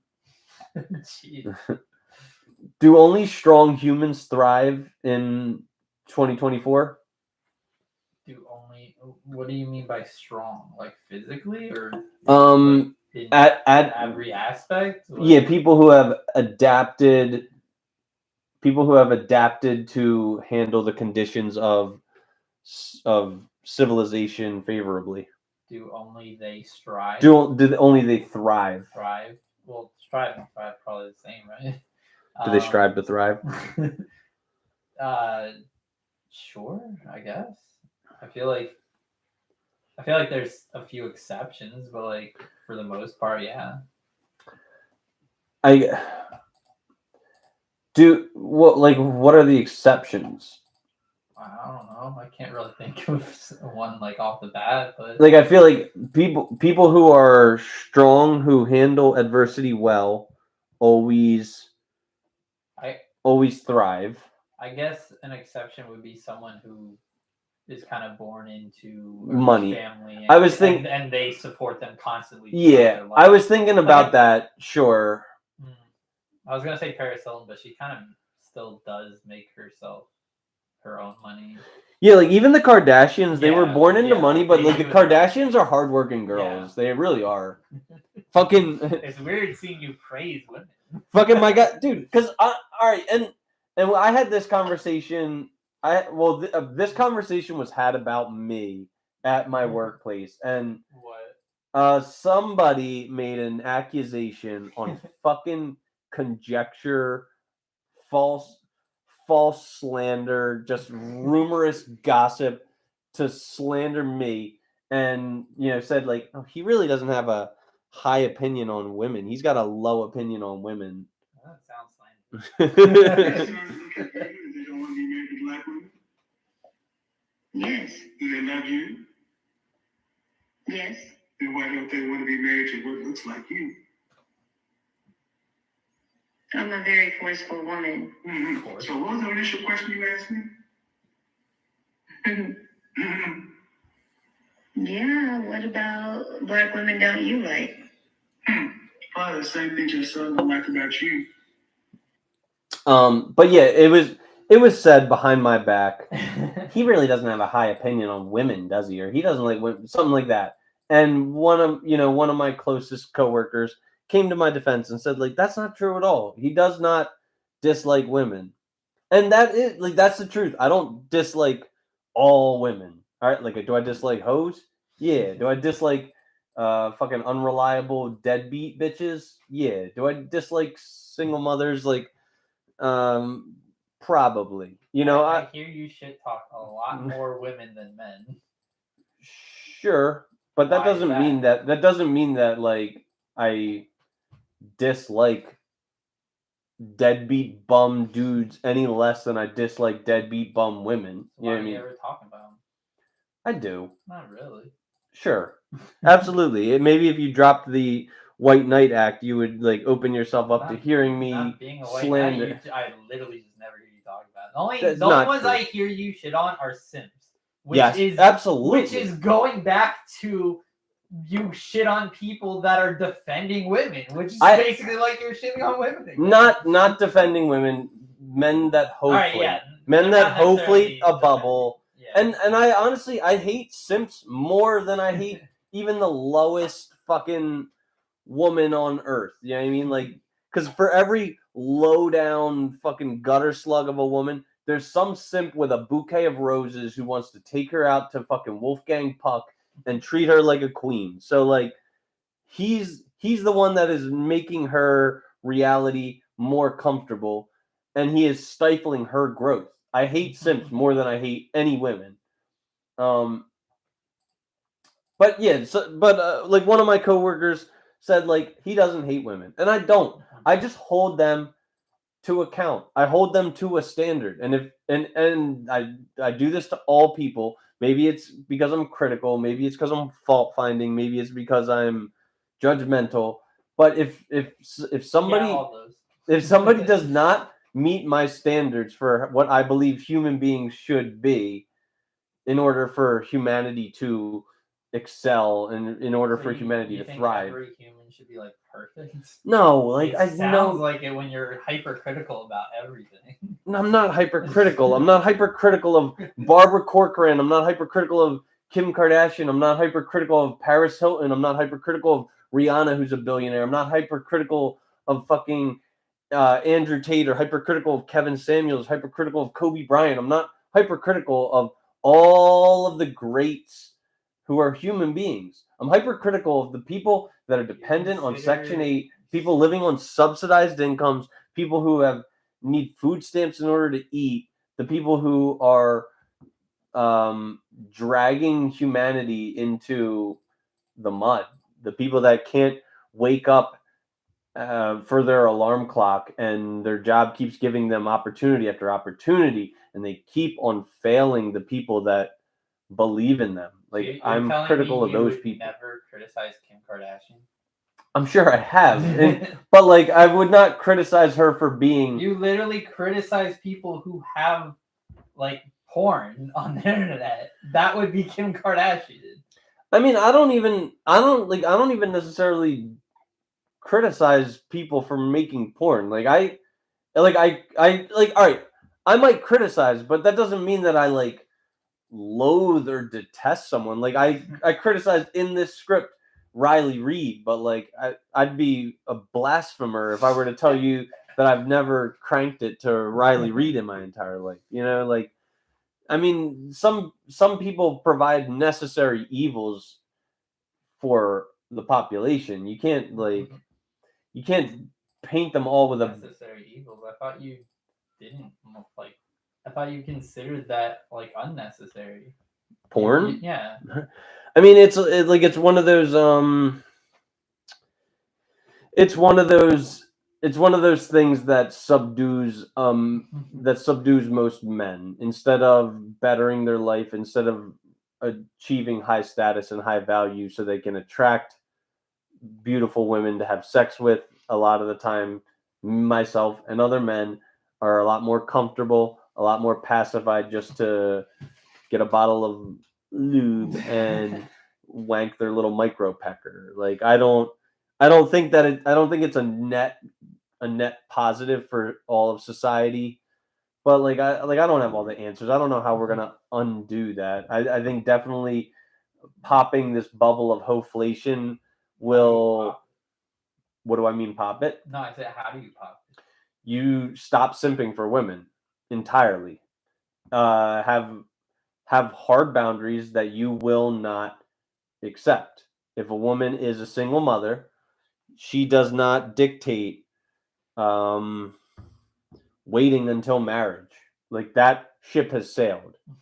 If a woman is a hoe, you don't ever, under any circumstance, buy her a bouquet of roses or buy her jewelry or any of that shit. Like that ship has sailed.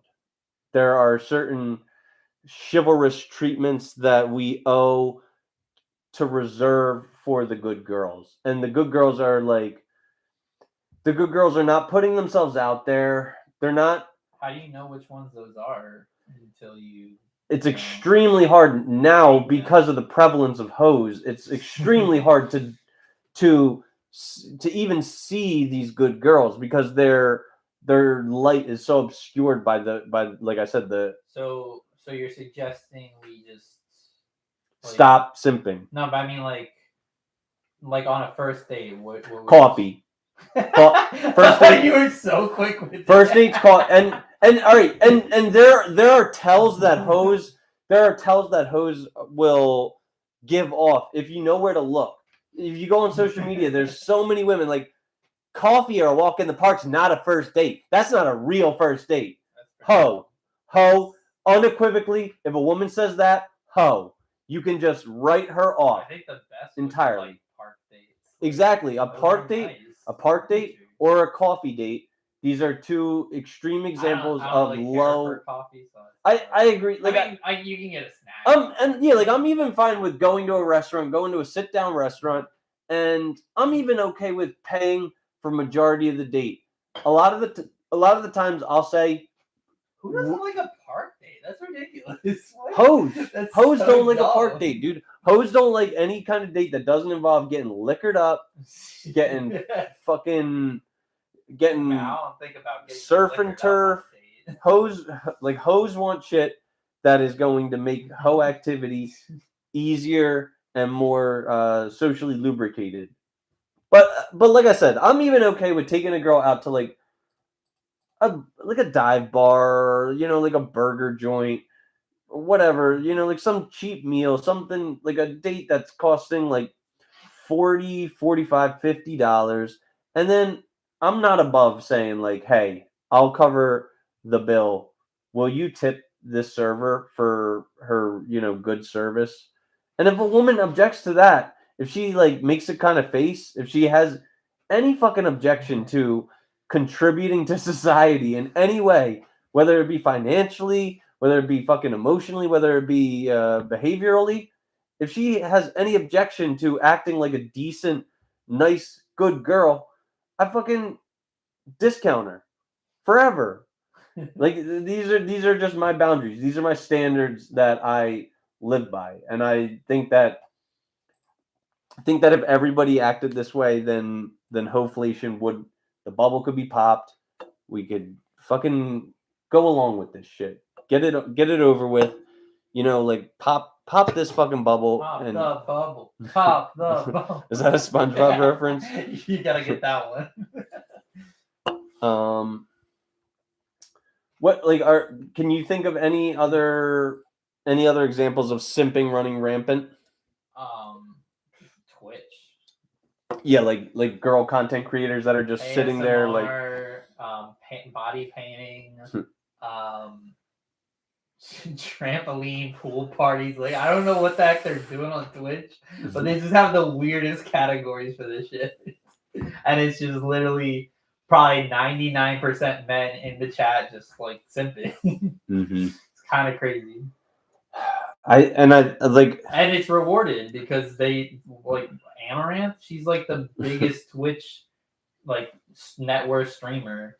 Is it any surprise that I have no fucking clue who that is? Well, you don't really do anything on Twitch, but yeah, like it's wild.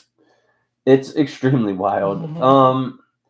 And it's really like I said, it's really unfortunate that that the prevalence of hoes is invading on the space of good girls, because it could even be something like could even be like just like regular good old fashioned content creators are having their light obscured by hoes.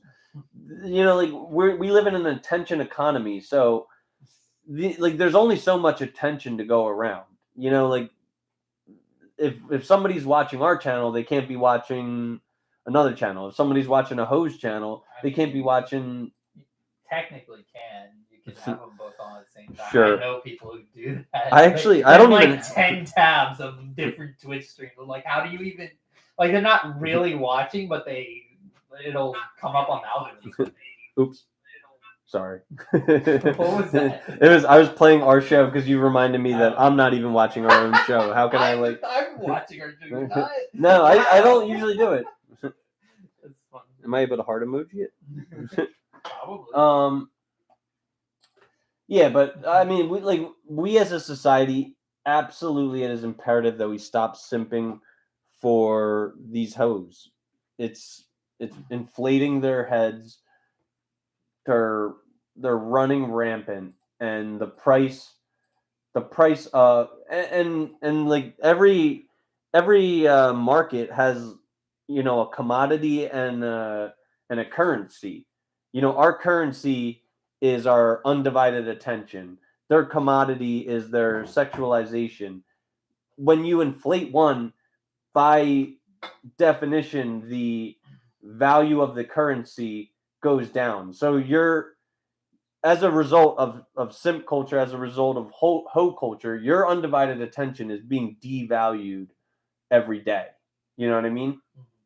So if we as men want to stand a fair chance at having sex, reproducing, being in a long-term committed marriage with a woman, I mean, it's going to be 10 times harder if Hoeflation is running off the charts. You know what I mean? Yeah. We're falling below the competency level. Like, if you are looking for dystopia, look no further. Here it is. It doesn't even make sense for the Matrix to preserve our humanity anymore. It'll become a whole lot easier for the powers that be to replace us with robots, send our fat asses into space on a Walmart rocket ship. We're not having sex like we used to. We don't produce anything. We consume and occupy space. Yeah, you're quite the opposite of an optimist. Yeah, I kind of do enjoy dystopia. Like, just enjoy it. I enjoy scoffing at it. Like, I enjoy making fun of it. Yeah, you do. I hide my doom and gloom with like jokes, but I really do think that humanity is going to hell in a handbasket. I don't think it's long before we're extinct, or maybe not even. Maybe we'll never be extinct, but I think we'll be just like so devolved that like we'll turn into like Homo unerectus, just this like fat blob in a wheelchair, like not walking, not like we'll be so slouched. We're going back to like the orangutans. You know what I mean? Like we were for a while in human evolution, we were like getting taller, and now we're just like looking into our smartphones. We're just going to be like hunched over, dragging our knuckles on the ground. Not good. And I really do think that feminism is like the Robin to Hoeflation. The Robin? Yeah, like if Hoeflation is Batman, yeah, it's like the sidekick of Hoeflation. Why would you compare it to superheroes? Wouldn't you be like a super villain and its sidekick? Dude, like supervillains don't have. All right, like feminism is the Harley Quinn to the Joker, which is Hoeflation. And like obviously simp culture is another big one. Like when you said ramen, I thought you were like calling it a good thing. Which I'm like, you don't like feminism. I don't like Hoeflation either. Like they're probably like the two of the biggest concerns that I have. Have you heard of Probably not. Have you heard of Sheng News and MGTOWs? What? So Shang news and what? Mid Sheng News is a China? I think it's a Chinese term that means leftover women. When a woman turns, I think they considered like 25-year-old women leftovers, which is pretty savage. Probably what it was in the past, in like the 40s or earlier. Yeah, like I would give an opportunity to a 25-year-old woman. I don't think that she's leftover, but in theory, it's all very similar, I think, you know? And a MGTOW, wait, I'm trying to find this song that I want to cue. All right. So I have this soundbite labeled MGTOW.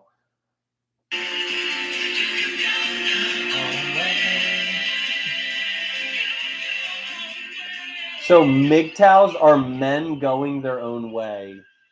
So like these are just men that are withdrawing from the dating market entirely. They're just like, you know what? Fuck this shit. I don't want to be a part of Hoeflation. Don't want to be a part of like feminism. Don't want to be a simp. I'd rather just like go my own way. Be like a rogue. You know what I mean? So like what do you think of these cultural movements that are advocating for the withdrawal of dating and like the sexual marketplace? Do you think they are expediting the process of dystopia faster? Who is it? MGTOWs and Sheng News. What's MGTOWs again? Men going their own way. Oh, that's why you're playing this song. Men going their own, like Yeah. like where they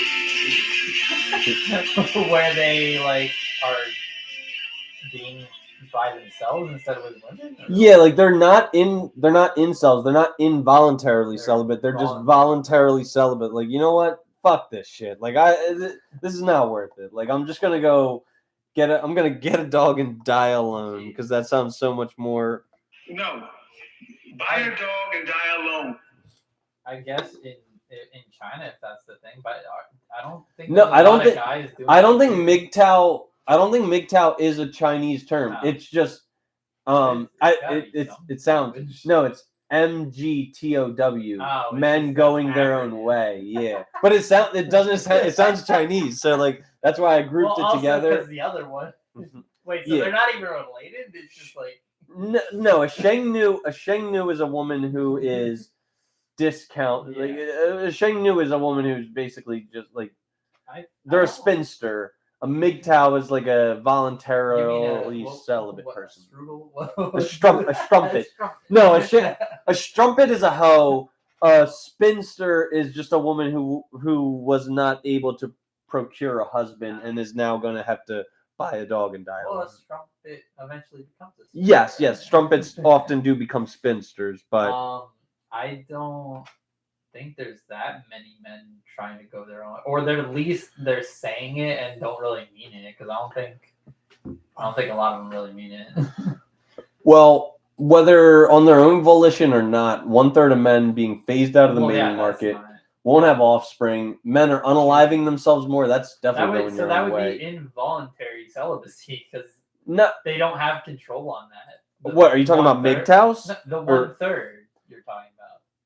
It doesn't necessarily define their level of involvement in their celibacy. You know, some men are celibate by choice, very few.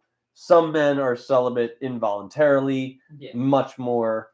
But either way, you know, the results are. It'd be very hard to sift through all the cope of like who is celibate by choice and who's celibate by their own free will.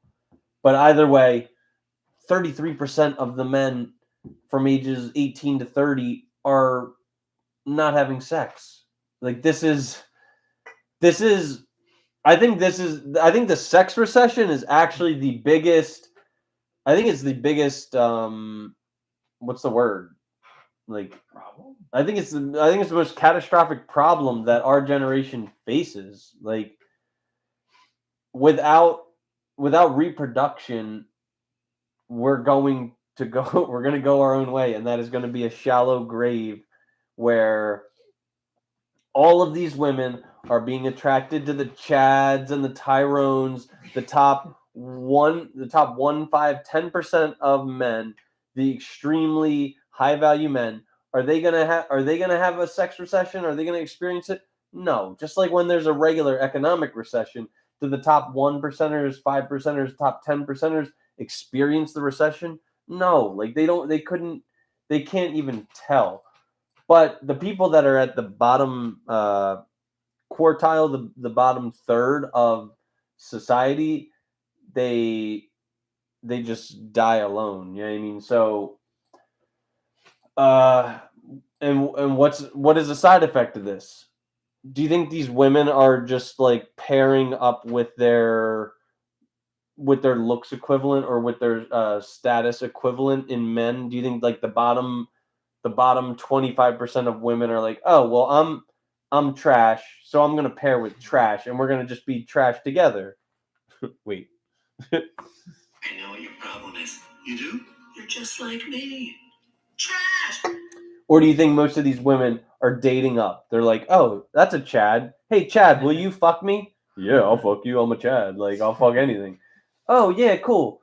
Does she make Chad wrap it up? No. Like, Chad busts in her quivering twat, gets her pregnant, then he's fucking out. He's off to, like, fucking Dubai, or he's off to Greece. He's That's never... a shithole. He's never going to see her again. What's gonna become of her offspring? Single parent lifestyle. That child's exposed to more drug abuse, more mental illness, more poverty, more suicidal tendencies, more lack of education. So I mean, this sex recession is going to have, like I said, catastrophic societal implications. What do you think about that? Do you think I'm like a like Chicken Little here? Well, don't a lot of poor people have kids with each other? Not with each other, no. Like I think the majority is kids from some rich guy and then they leave. like maybe not even a rich guy, but a richer guy. Yeah, like I think most of these guys are like, it would be much cheaper for me to just pay you child support for this kid than for me to like devote myself to you for the rest of my life. You like that would be a monumental disaster for me to commit to you piece of trash. No offense. I mean, like they might not say this explicitly, but that is like their actions speak louder than their words. These men are upper echelon, top tier men. They're not going to settle down with this Sharkeisha, from the block. Like they would much rather any other outcome than that, And I don't blame them. That's what women get for dating up. Dating up with a Chad. They get their heart broken, raise a child in single parenthood. It's disastrous. So, do you have anything else you want to talk about on Hoeflation before I, start with the comic relief? The comic relief. I don't really have much else to say. All right.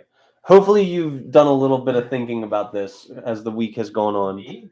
Yeah, well, because what are we talking about? Which is the lamest comic book hero? Like I don't read comics, so how am I supposed to think more on it? You've seen movies. Don't you want to support your stock, or did you sold Disney, right? I sold Disney, but yeah. I mean, I see like more comedy. I also just don't really watch movies usually. I watch more like cartoons and anime. But so all right, well, if it's like an anime could be a comic book if you want to include what is it, manga? Manga? If you want to include manga, like that could be a comic book hero. Manga villain? Yeah, no. Well, let's Or- start with or- hero. Who's the lamest comic book hero? Goku. What? I mean, What?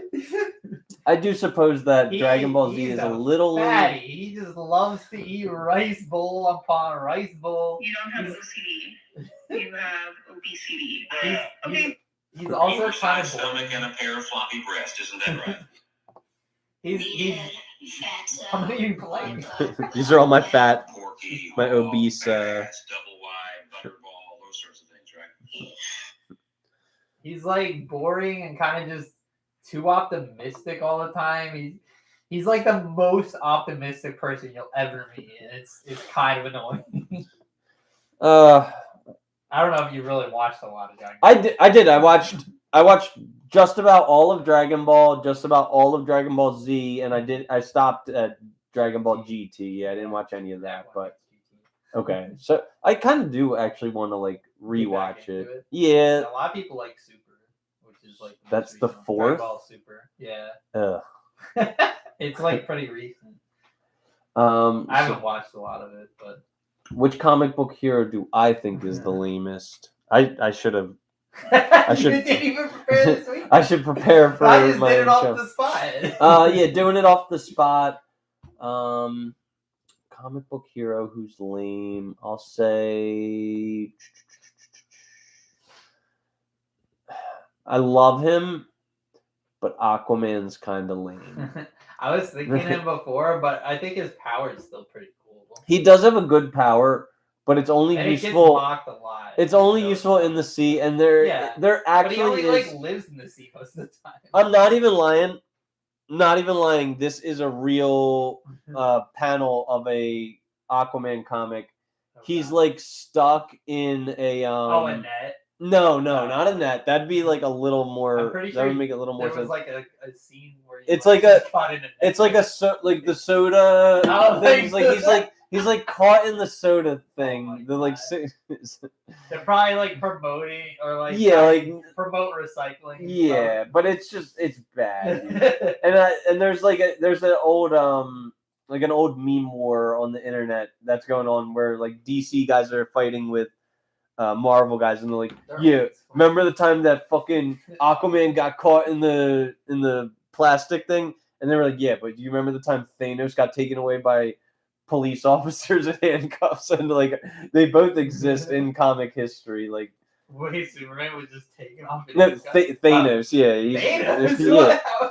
He's- How do you put him in handcuffs? How are you gonna get big enough ones? They do. Like it's just like a couple of like troopers are just like handcuffing and Mirandizing Thanos. Which comic book hero is a badass? Kahlua from Hunter x Hunter.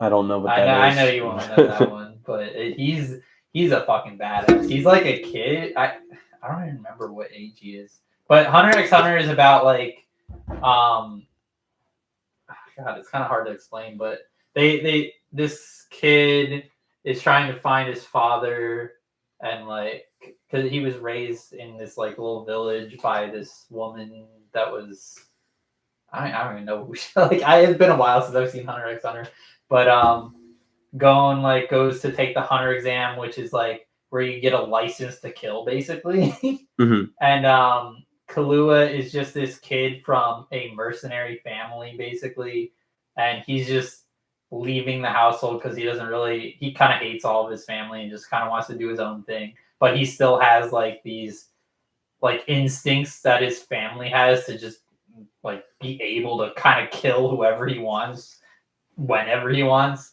and he's just a complete badass. Okay. Which hero do I think is a badass? Who do I like?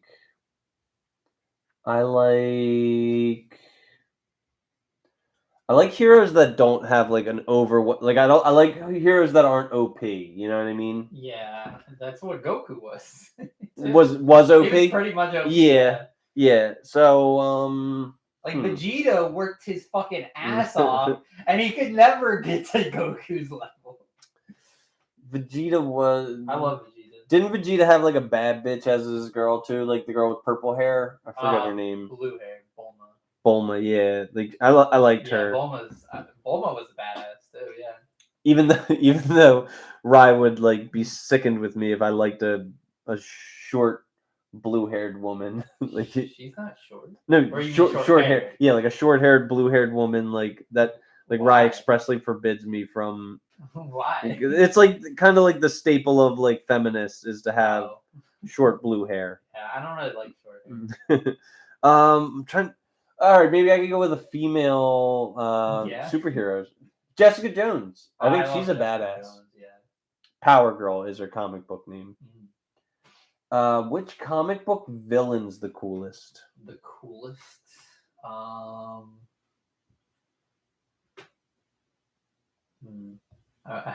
My first thought went to Dragon Ball again with Frieza.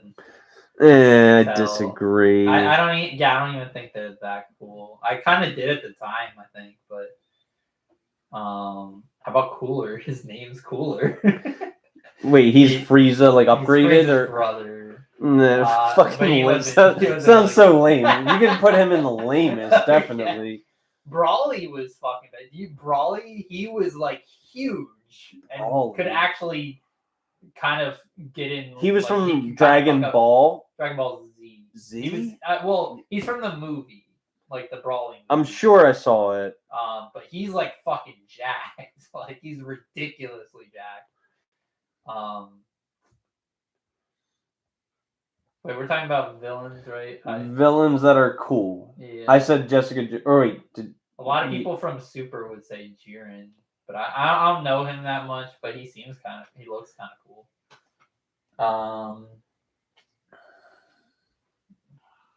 Can't think of villains because mostly I watch like rom-coms. It's not really many villains in it. And then which comic book villain? Did you have one? Or? For coolest, I said Jessica Jones. Well, No. Wait. Wait. We're on villains. Yeah. I love villains. Well, so. how about the guy in Jessica Jones? What's his name? Kilgrave. Kilgrave. I is think he's pretty cool. actually like I think he's. If you actually think about it, and if his power were to work on every being in like the universe, which which in that show like it seems to, he would be like one of the most powerful manipulators in the Marvel universe. Yeah, like it would be virtually impossible to stop him if he really wanted to. Pretty much. So Isn't that kind of what like Professor X was? Yeah, but he wasn't a villain. And we said Magneto last episode, but I think Magneto's a super cool one. He had like the similar powers too, but he was also magnetic or something. No, that's his only powers. No, He can control metal. I thought he could control minds too or something. No, his helmet makes it so Professor X cannot control his mind. Okay. Yeah. And which comic book villain's the lamest?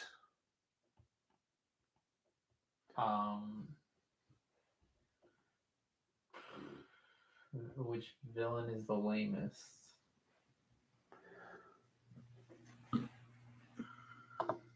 I mean, One eternity later.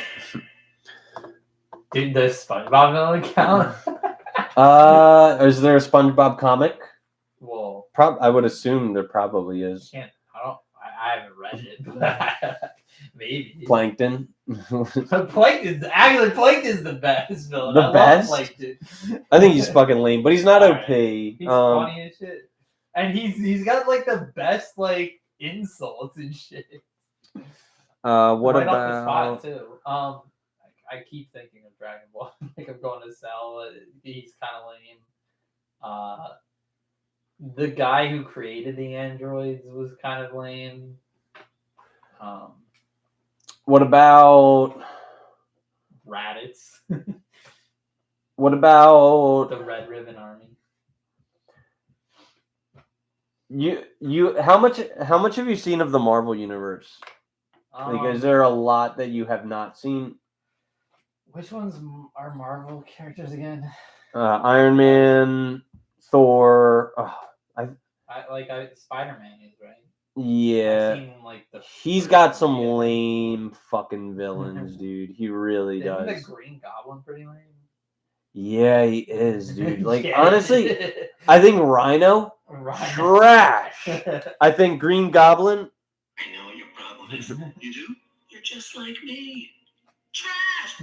Hobgoblin's just the Green Goblin that, like, throws pumpkins or whatever. Like, literally the exact same The thing. Halloween theme. Just this redundancy of a fucking character entirely. Oh my god. I think Lizard's actually pretty cool.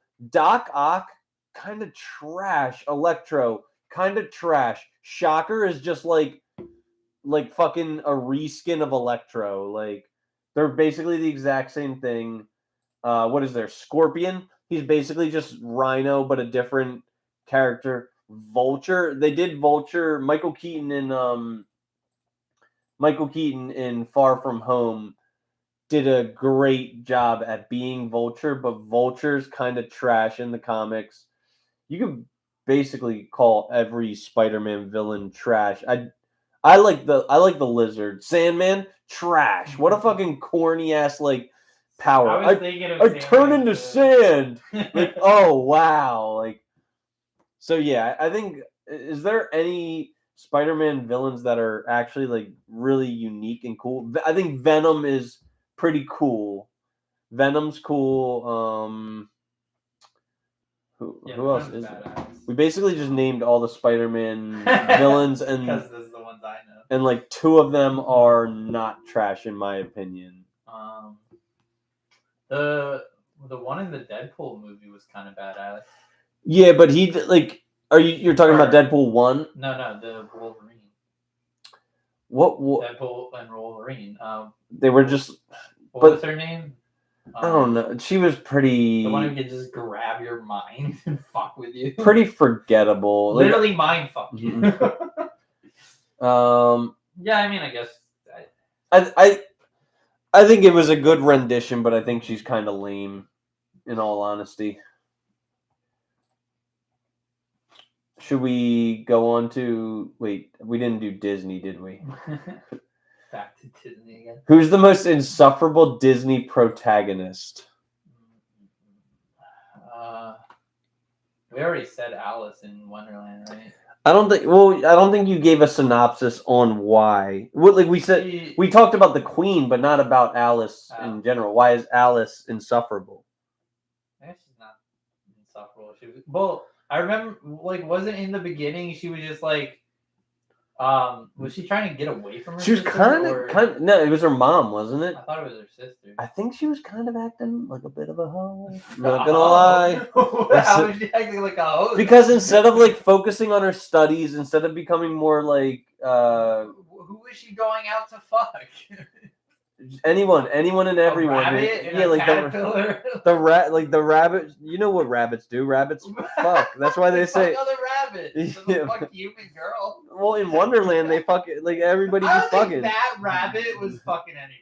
That guy was just on a time crunch, like to see the queen or whatever. He was coked up out of his mind. He was just looking to fuck, dude. And like, but like, all right, like I said, hoeing is not necessarily about exclusively promiscuous sex. You could be like a dumb hoe just trying to like go out and, you know, experience Wonderland instead of focusing on your studies and improving your hard skills. Alice was bored by her sister's history lesson. Okay. And daydreaming in a park in London, in England, and then just went down the rabbit hole.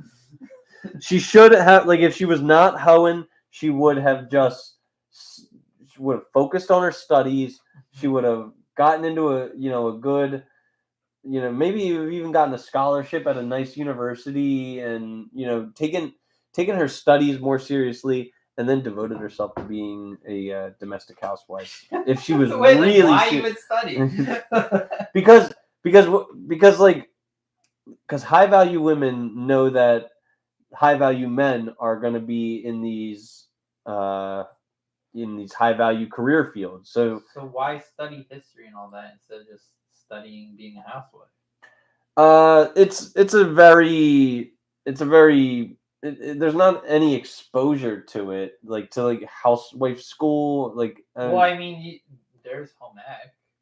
Yeah, sure, there but was, you I can't don't get know like about a it. secondary education in I'm home not ec. saying get a secondary education. I'm saying you don't need a secondary education after that. Like you just. Well, I'm If saying you're just trying to be a housewife. I'm saying the value of, because like They need to be a smart housewife. no, I pretty much detest secondary education, but a value that I do see in it is a network that you can build and putting Sure, yeah. and you're not going to meet so many high value, high earning men anywhere other than, if you were to go to a prestigious university, say Yale or Harvard. So if Alice were to take her studies seriously, go to one of these prestigious Ivy League schools, maybe she could meet Prince Charming. And honestly, I love Alice. Like she's You one. were just talking about the bad thing that she's doing. No, but like she's the only old school Disney princess that is not saved by a prince. She's not a princess. Okay, but like she's the only old school Disney protagonist that is not saved by a Prince Charming. Probably. That makes her. Hansel and Gretel's not Disney, right? I don't think so. No. She Because is. they did take some Hans Christian Andersen things, which is also Hansel and Gretel, right? I have no idea. Or the Brothers Grimm. I don't remember. But they took a lot of shit. But my point stands. She's actually a strong, independent woman who don't need no man.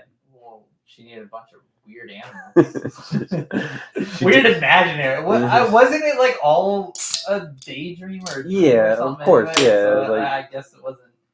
I don't know what you can call Alice in Wonderland. It's all hallucination. But She was high. She's who you say is the most insufferable Disney protagonist. We've already gone through other ones. This episode, you say? At this point, we're getting to the good ones that I'm calling insufferable. I think I'm gonna go with a constant theme here. I'm gonna cherry pick one storyline here, I think. Linguini. Linguini, the guy from Ratatouille. He's a fucking deadbeat. He's an idiot. He's the definition of a low value man. I don't even know how he got there. What literally the rat they to get the girl. They call him at the beginning of the movie. You know what his job title is? I forgot. Garbage boy. That's what this is. He's the boss hated him. You do? You're just like me. Trash. Wasn't there an episode where you said Forky was one of the most insufferable? Yeah, I don't like Forky. Forky's the goat. But you know who's not the goat? Do you know anything about him? You only know that one line. It's true. Forky's the goat for calling you trash. I know he made one little girl really happy. Forky was her favorite toy. The girl that Andy gave all her toys to. Yeah, she loved Forky the most, which good for her, I guess. I don't know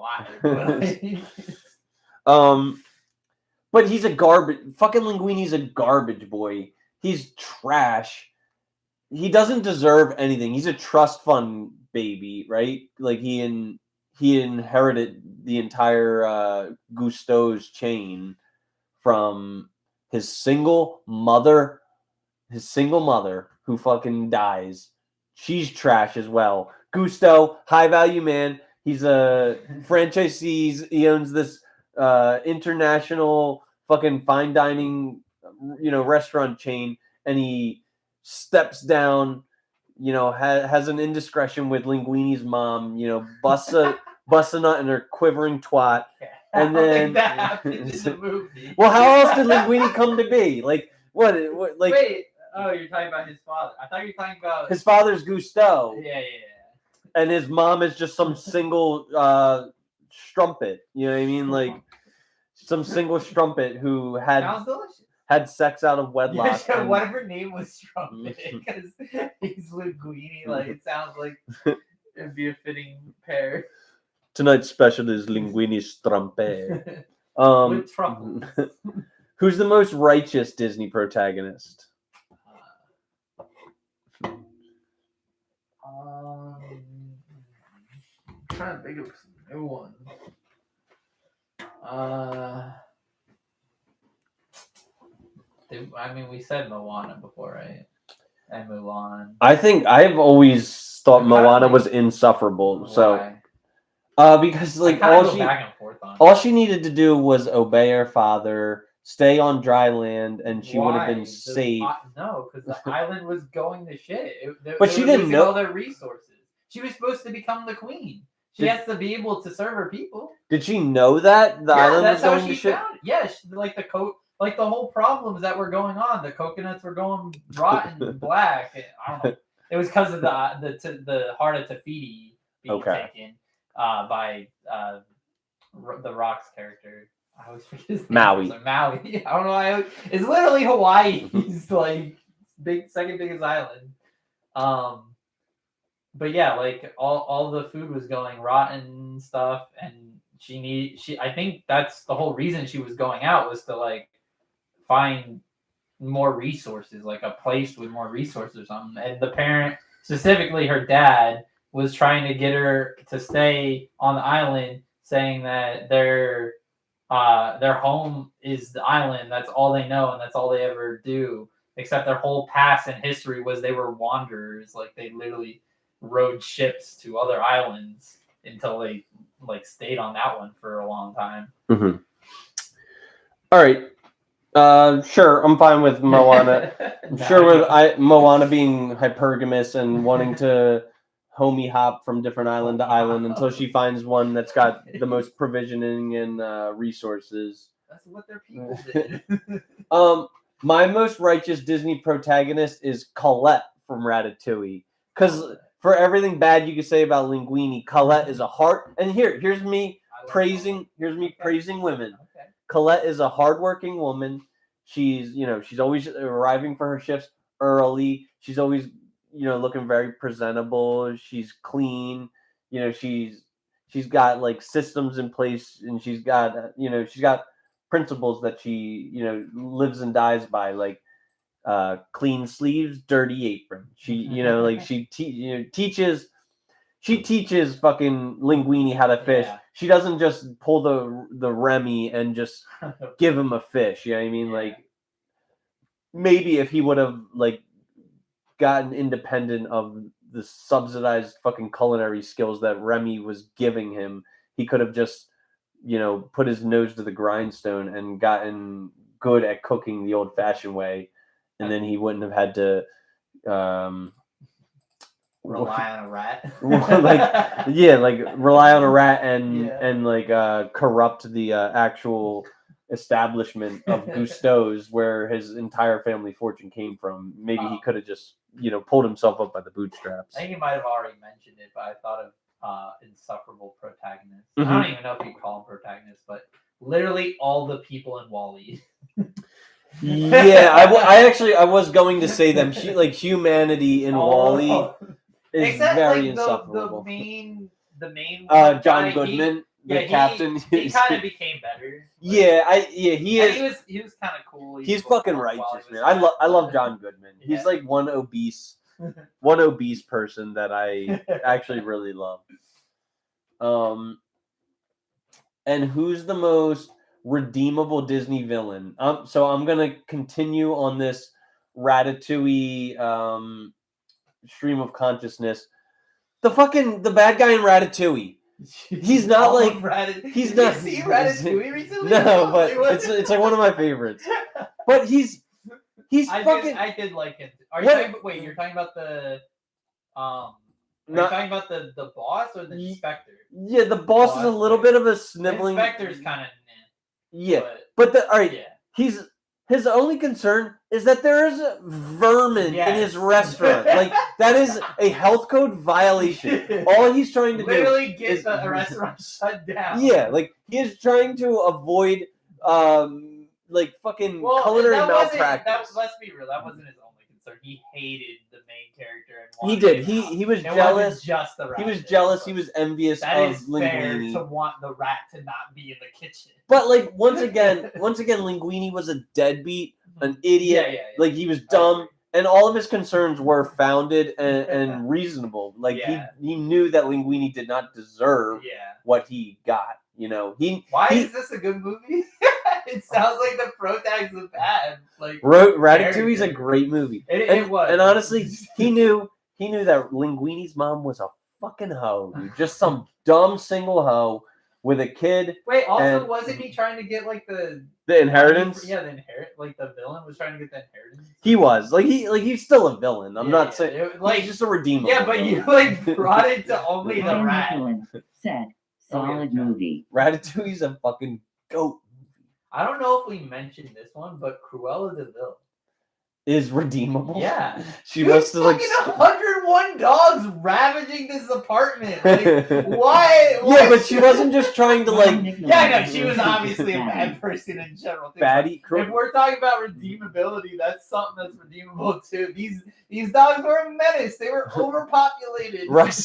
Rice says Cruella's a baddie. She was like not a baddie. she's like chain smoking cigarettes, and she didn't want to like rehome these animals. And she's Like what, 60s, 70s? she wasn't like Sarah McLachlan. Like she wasn't. Ryan's trolling anyway. She was like, we should rehome these Dalmatians. She was like, yeah. Get him the fuck I out will, of for She just wanted $1 the a dog day, I catcher can out. skin these dogs alive my and turn them God. into a fashionable jacket. Like, She wanted them to be impounded or made into a sweater. no, she just wanted to fucking like harvest them for their fucking skin.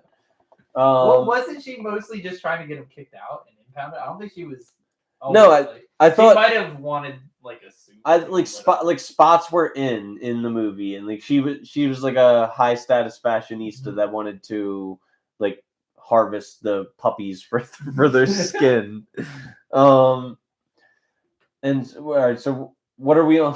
What are we on the most insufferable Disney villain? Most insufferable. I feel like we. How many? I think I'm gonna say Cruella. Like I think Cruella was a spinster. She was a strumpet and a spinster, and she was a hoe. She was a chain smoker. She was a detriment to society. She wanted to harvest puppies for their Ryan skin. Nicholas said, Ursula. Ursula, why? Because she was obese. That's so fucking I already said obesophobic.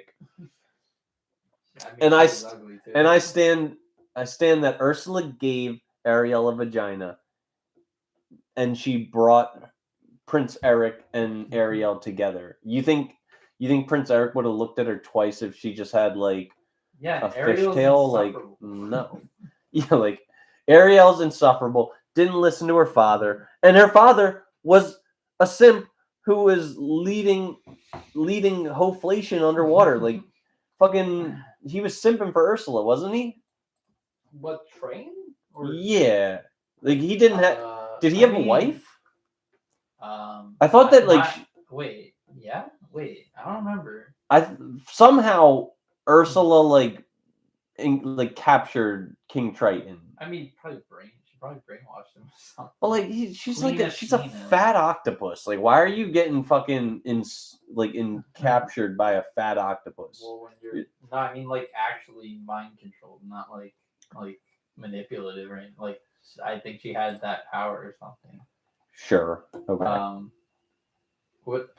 There was Queen Athena, but I don't know if she was alive anymore in the movie. I don't. Yeah, like I don't remember. Yeah, they completely just like glossed over Ariel's mother. They always have to have a dead parent in it. So it's true.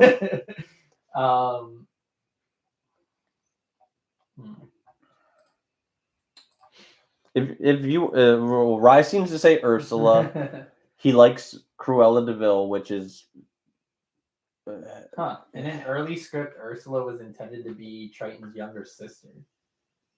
However, in the film, Ursula was banished from Atlantica after Triton denied her inheritance. Fucking, I mean, Ursula seeks revenge on Triton for banishing her and plans to steal his soul to become the ruler of the seas. Meathead, Fatso, Lard Butt, Willie the Whale. Porky, hog, fat ass, double wide, butterball, those sorts of things, right? Yeah. Yeah, I mean, fucking big fat bitch. Like, don't fucking I don't respect Ursula, and Cruella was a strumpet and a spinster who skinned puppies alive, or who aspired to skin puppies alive. So both of them, These puppies were a menace. both of them irredeemable. Yo, you know what? She should have No. Buy a dog and die alone. She could have kidnapped the So dog. what Cruella should have done? She should have just bought a dog and died alone, man. Well, I haven't given one I find insufferable yet. Okay. I'm just trying to think of one still. What other Disney villains are there?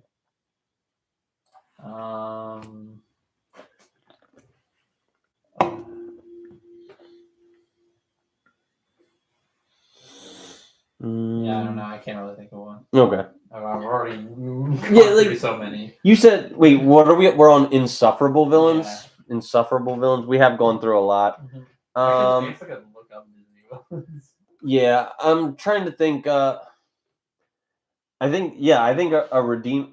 This isn't insufferable, but a redeemable villain would be that the villain of Wall-E. Like he knew that it was the spaceship. Like it gained sentience, Yeah, and I was gonna say the spaceship, right? Like he knew that humans were not fit to survive on Earth. Are you saying that villain's insufferable? No. The spaceship villain is redeemable because, all right, it's a happy ending. The humans like roll off their spaceship on Earth, and they're all like, "Yeah, it's a happy ending." What would happen is they all fucking die.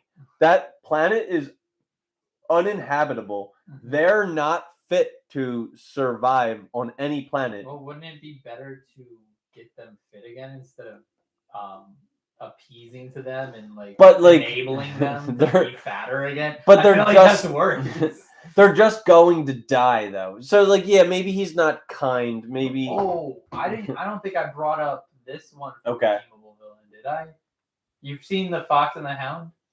It's probably so long ago. Amos. I don't even. Amos is redeemable. And what's his He's the hunter with the hound, who wants the fox out of his yard and wants to shoot it. I love foxes, so I hate him during that part.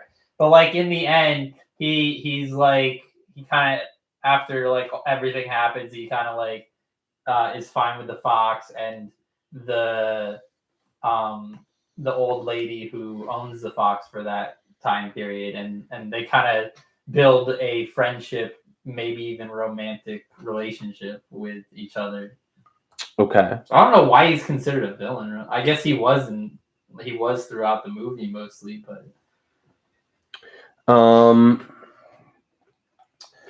yeah, but I think I honestly I think a reason that I hate Disney so much. What did the villain from Princess and the Frog do again? He was voodoo, which is very racist. They're saying that black magic is worse than regular magic or whatever. But usually has a bad connotation. No, I mean voodoo is rooted in Satanism, I believe. So it is fair, but I think he wanted to bridge the gap between the dark realm and reality or something like that. I could be wrong, but he wanted some voodoo intentions. It's just deeply racist against Haitian culture, or that's what voodoo is, right? Haitian, or is it Jamaican? I don't know where it's rooted exactly, but I don't think it's Haitian. I know it's either Haitian or Jamaican. Haitians in New Orleans, or maybe Africa. But either way, it's it's not rooted in whiteness, so it's it's inherently white supremacy to I never really read into it like that. But. So one aspect of promotion towards women that I find to be exceptionally voodoo's West Africa, and it did develop in Haiti. Haiti, yeah, okay. Yeah, so I'm cultural. I know my shit.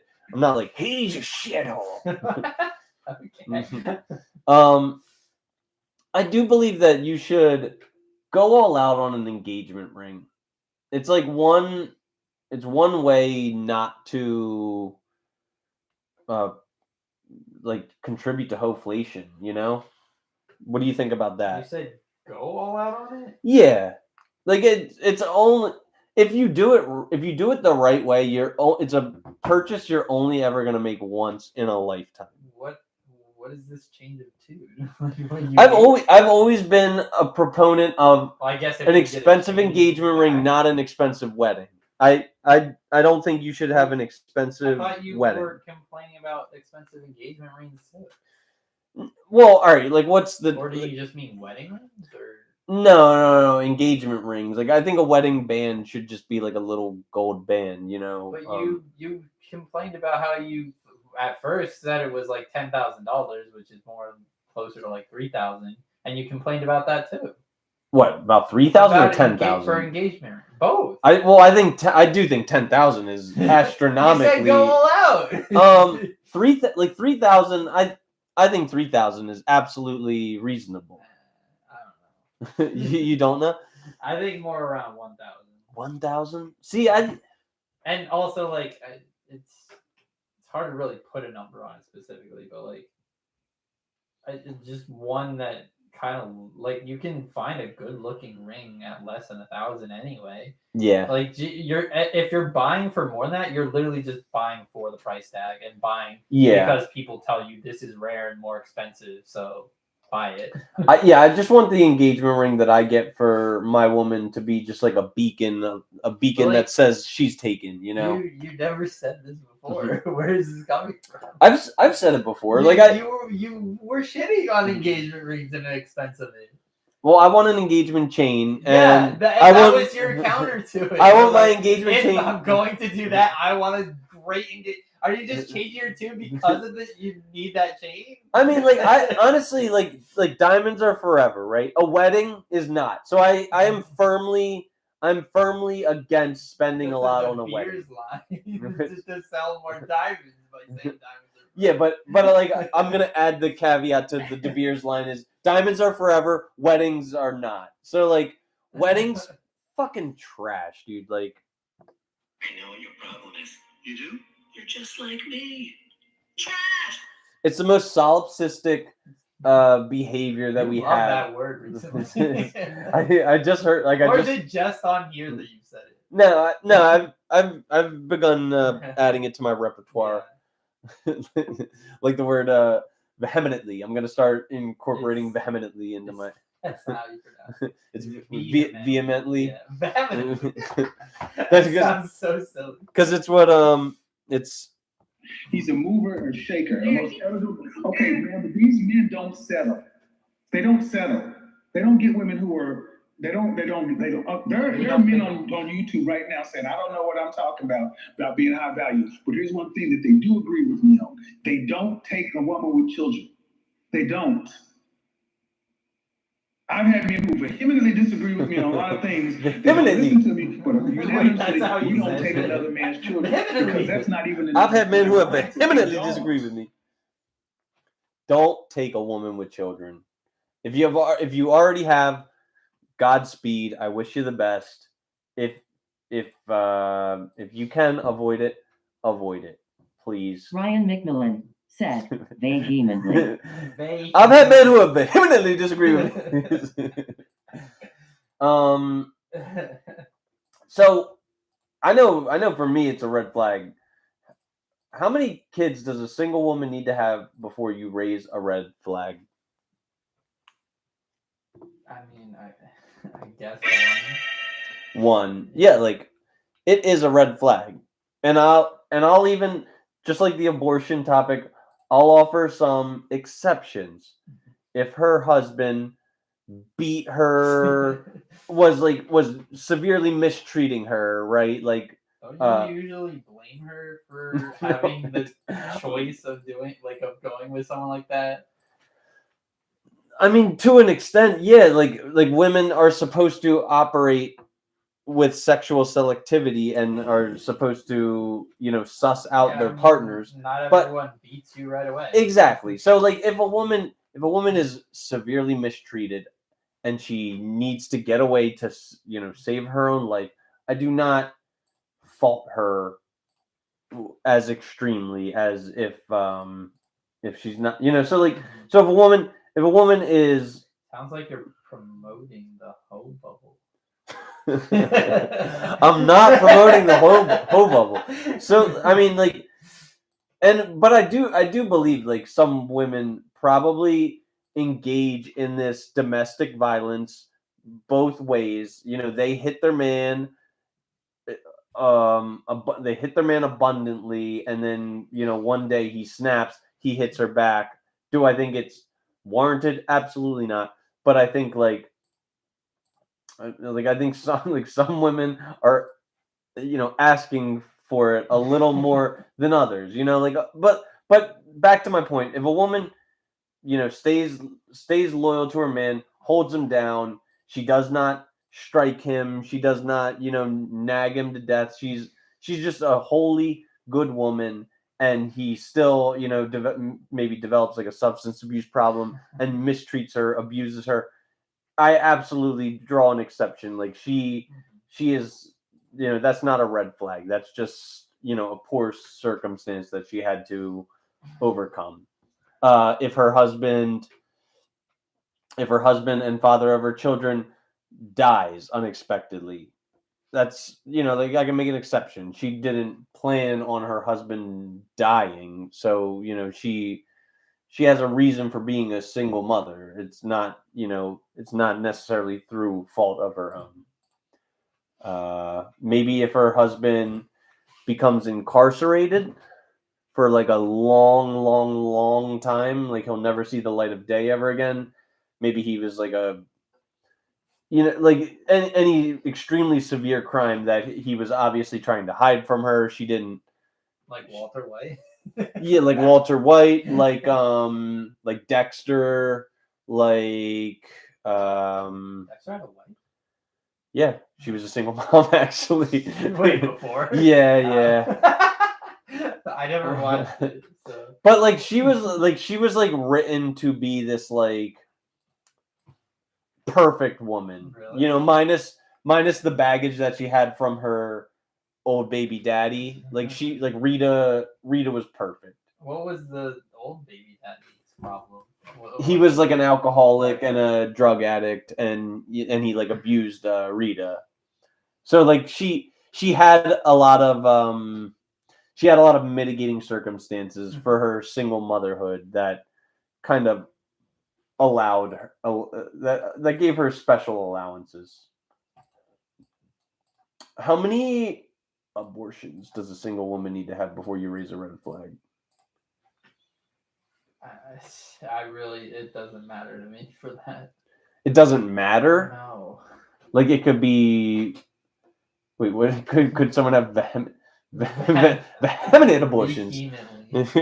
Could he's adding an extra syllable in the word. Could. Vehemently. What about if she aborted your child? Would it then not still matter? To me, I don't really care about having a child. So. But why are you with her, and why are you having For partnership? Why are you having unprotected sex if she just is gonna abort your child? I don't know. This is the series. This is the scenario you gave me. I'm not the one who really wants. I don't care if I have unprotected sex with her or not.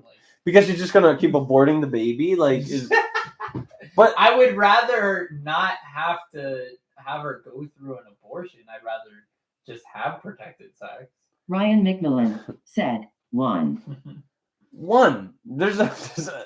It is a practice rooted deeply in eugenics.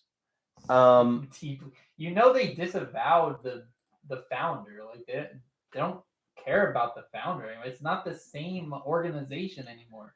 You're gonna say every organization is the same as they were 100 years ago? I mean, a history matters. Does it matter if they are saying that they want nothing to do with Margaret Thatcher? All right, But like America is rooted deeply in historical roots of genocide. Are you going to say that it doesn't matter because we don't we disavow that? I'm saying we're not. Yeah, I'm saying we're not the same as what we were then. Like just like Planned Parenthood isn't the same as what it was like 50, 70 years ago. What I'm saying is that the culture of like aborting children is largely like a behavior that is personally condemned. Most people are like, I would not want to have an abortion, but I don't care if that poor impoverished girl in the ghetto aborts her child. I personally don't really feel comfortable aborting my child. They say the poor ghetto person is the one. I mean, that's the example they bring up. Like the poor ghetto single women are the main people who are aborting their children. It's not like But people it's not in like it's only them either. It's not only them, but it's predominantly them. So if it's eugenics, wouldn't it be like a vast majority of it? It is a vast majority. Not It's a vast majority of people who get abortions are in poverty. Yeah, that's not all like the same group of people. That's just poor people. Yeah, but if you want to say that group. But like poor people are predominantly living in like impoverished neighborhoods. You could call that the ghetto. Like they're and Planned Parenthoods across the nation are providing this service. It's not even a majority. Of non-Hispanic Black women is 41.5%.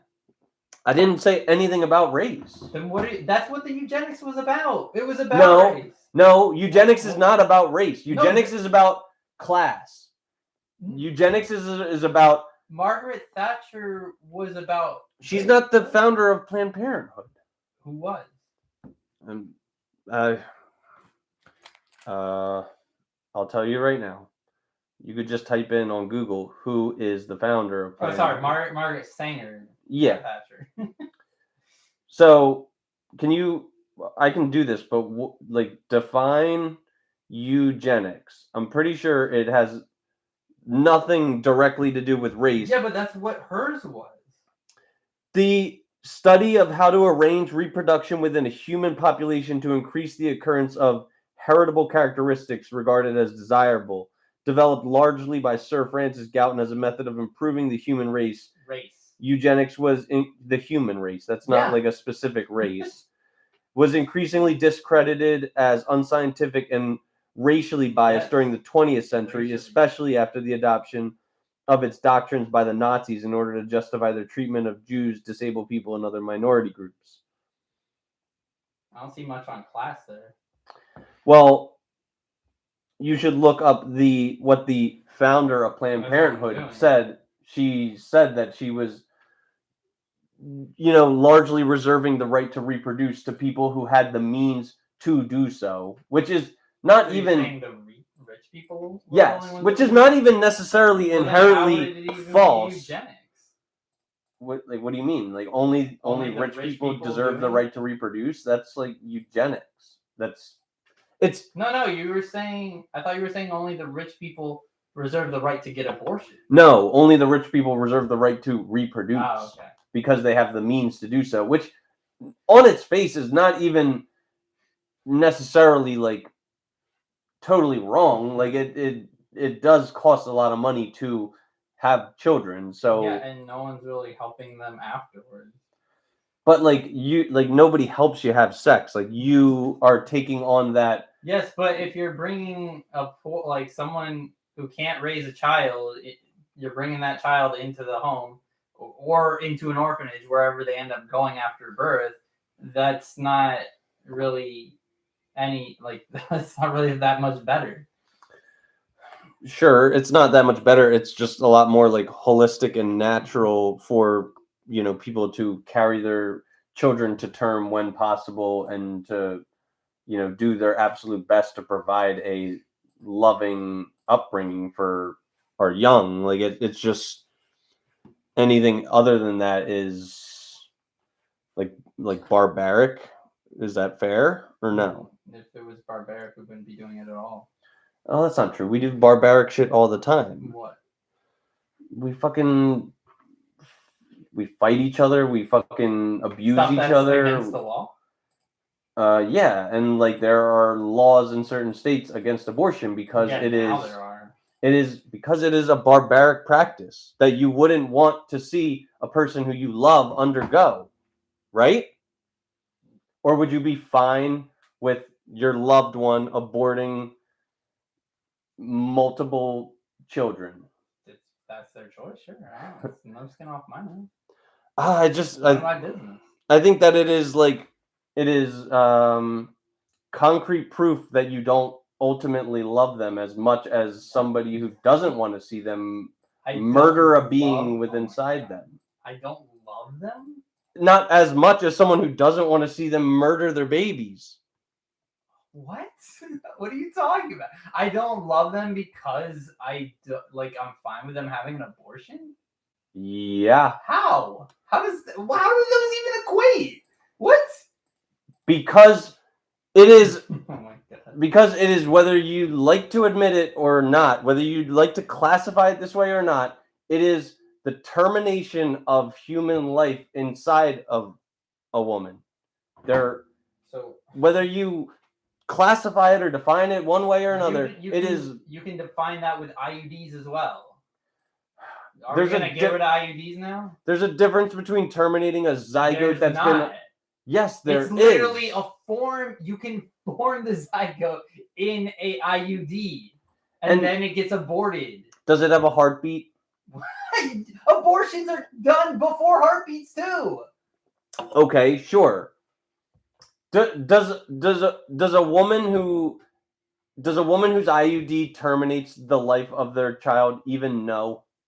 Does it have any traumatic repercussions? So because they're ignorant, it's not okay. It's okay to do that. A little bit more okay. Yeah, it's less traumatic. You should be researching what you're putting in your body. You should be researching what an IUD does. If you don't know what it does and you're okay with it, like, all right. I mean, do you think that one is more traumatic than the other? Traumatic, what, like to the woman? Like seeing the heartbeat of your young. Seeing it. What abortion are you seeing the heartbeat? I think that's a law in just about every state that they have to show you an ultrasound of the baby that you're going to abort. I thought you were talking about as you're killing it, like. No, but like before you choose to, I think just about every state except the extremely liberal ones like the California and New York, you have to get an ultrasound before you do it. Do you think that there is Why do you have to get an ultrasound before you do it? Because they want people to have full knowledge of the thing that they're doing. Yeah, do the research and you'll see that it is a majority of states force people who get an abortion in a Planned Parenthood to get an ultrasound of their child. But back to the point, we got to wrap up. We're actually going to go over the 3 hours. Should we just? Oh wow. Should we just let this end organically, or should we abort this stream right now? Did you mean to say abort? Yes. We got one minute till we get over the 3 hours, and at that point, I don't think I can edit the video on the software that I have. Really?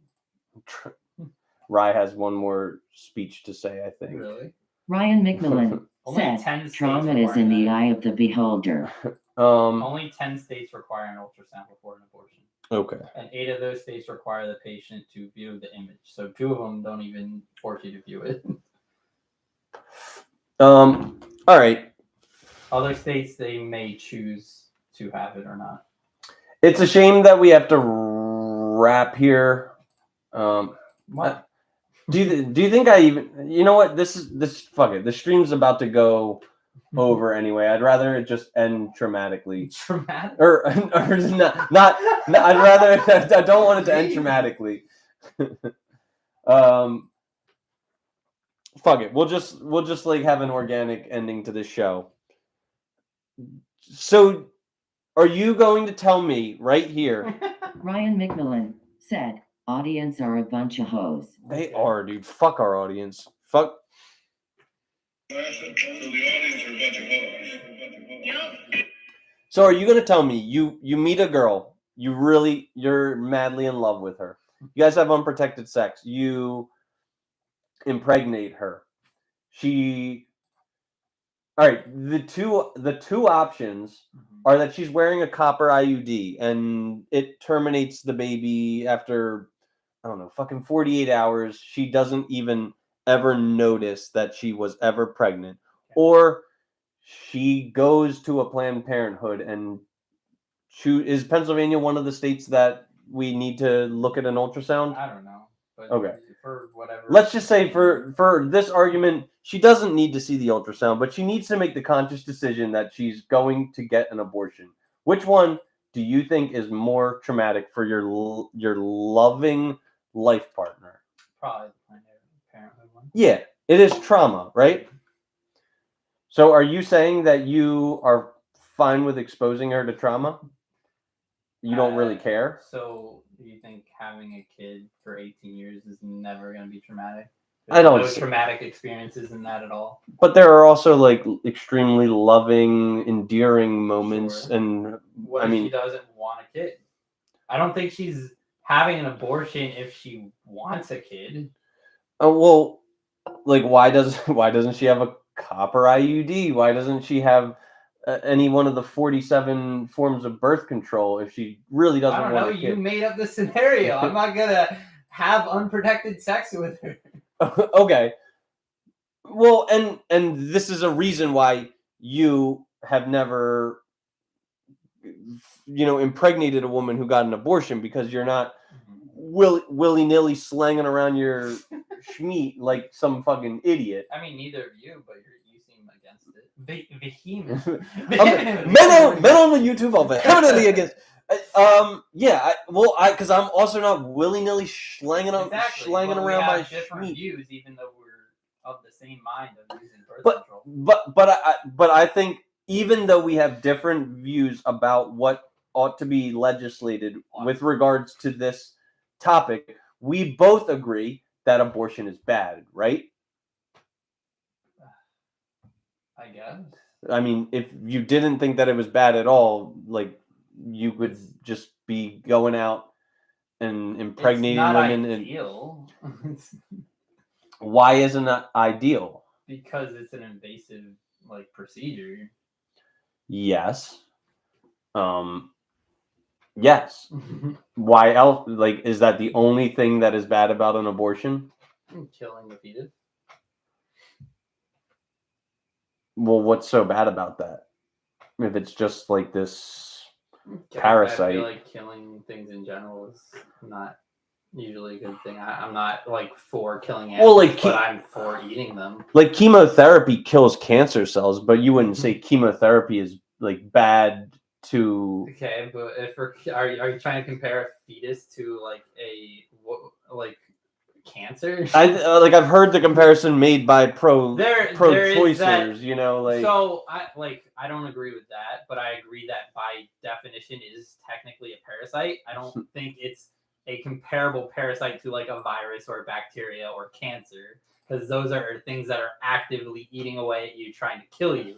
A fetus is not trying to kill you. It's it's the mother's young. That is not a parasite. It's still a parasite by definition. What is the definition of a parasite? Something that lives off the host, which is what a fetus does. It's just not the same type of parasite as what one that's actually trying to kill you. The fetus is trying to live off you from you can kind of compare it to a tapeworm. But all right, so wouldn't that put a pin in the pro-choice people, because living off its host would indicate life, and those people believe that life. Viruses aren't alive. It's not a virus though; it's a parasite. But a virus is a parasite. Is that even true? Yeah. So COVID is a parasite? Yes. Viruses are literally parasites. They are living. They're not living? They're considered neither living or dead. Viruses are considered parasite because they cannot replicate on their own and require a host cell to reproduce.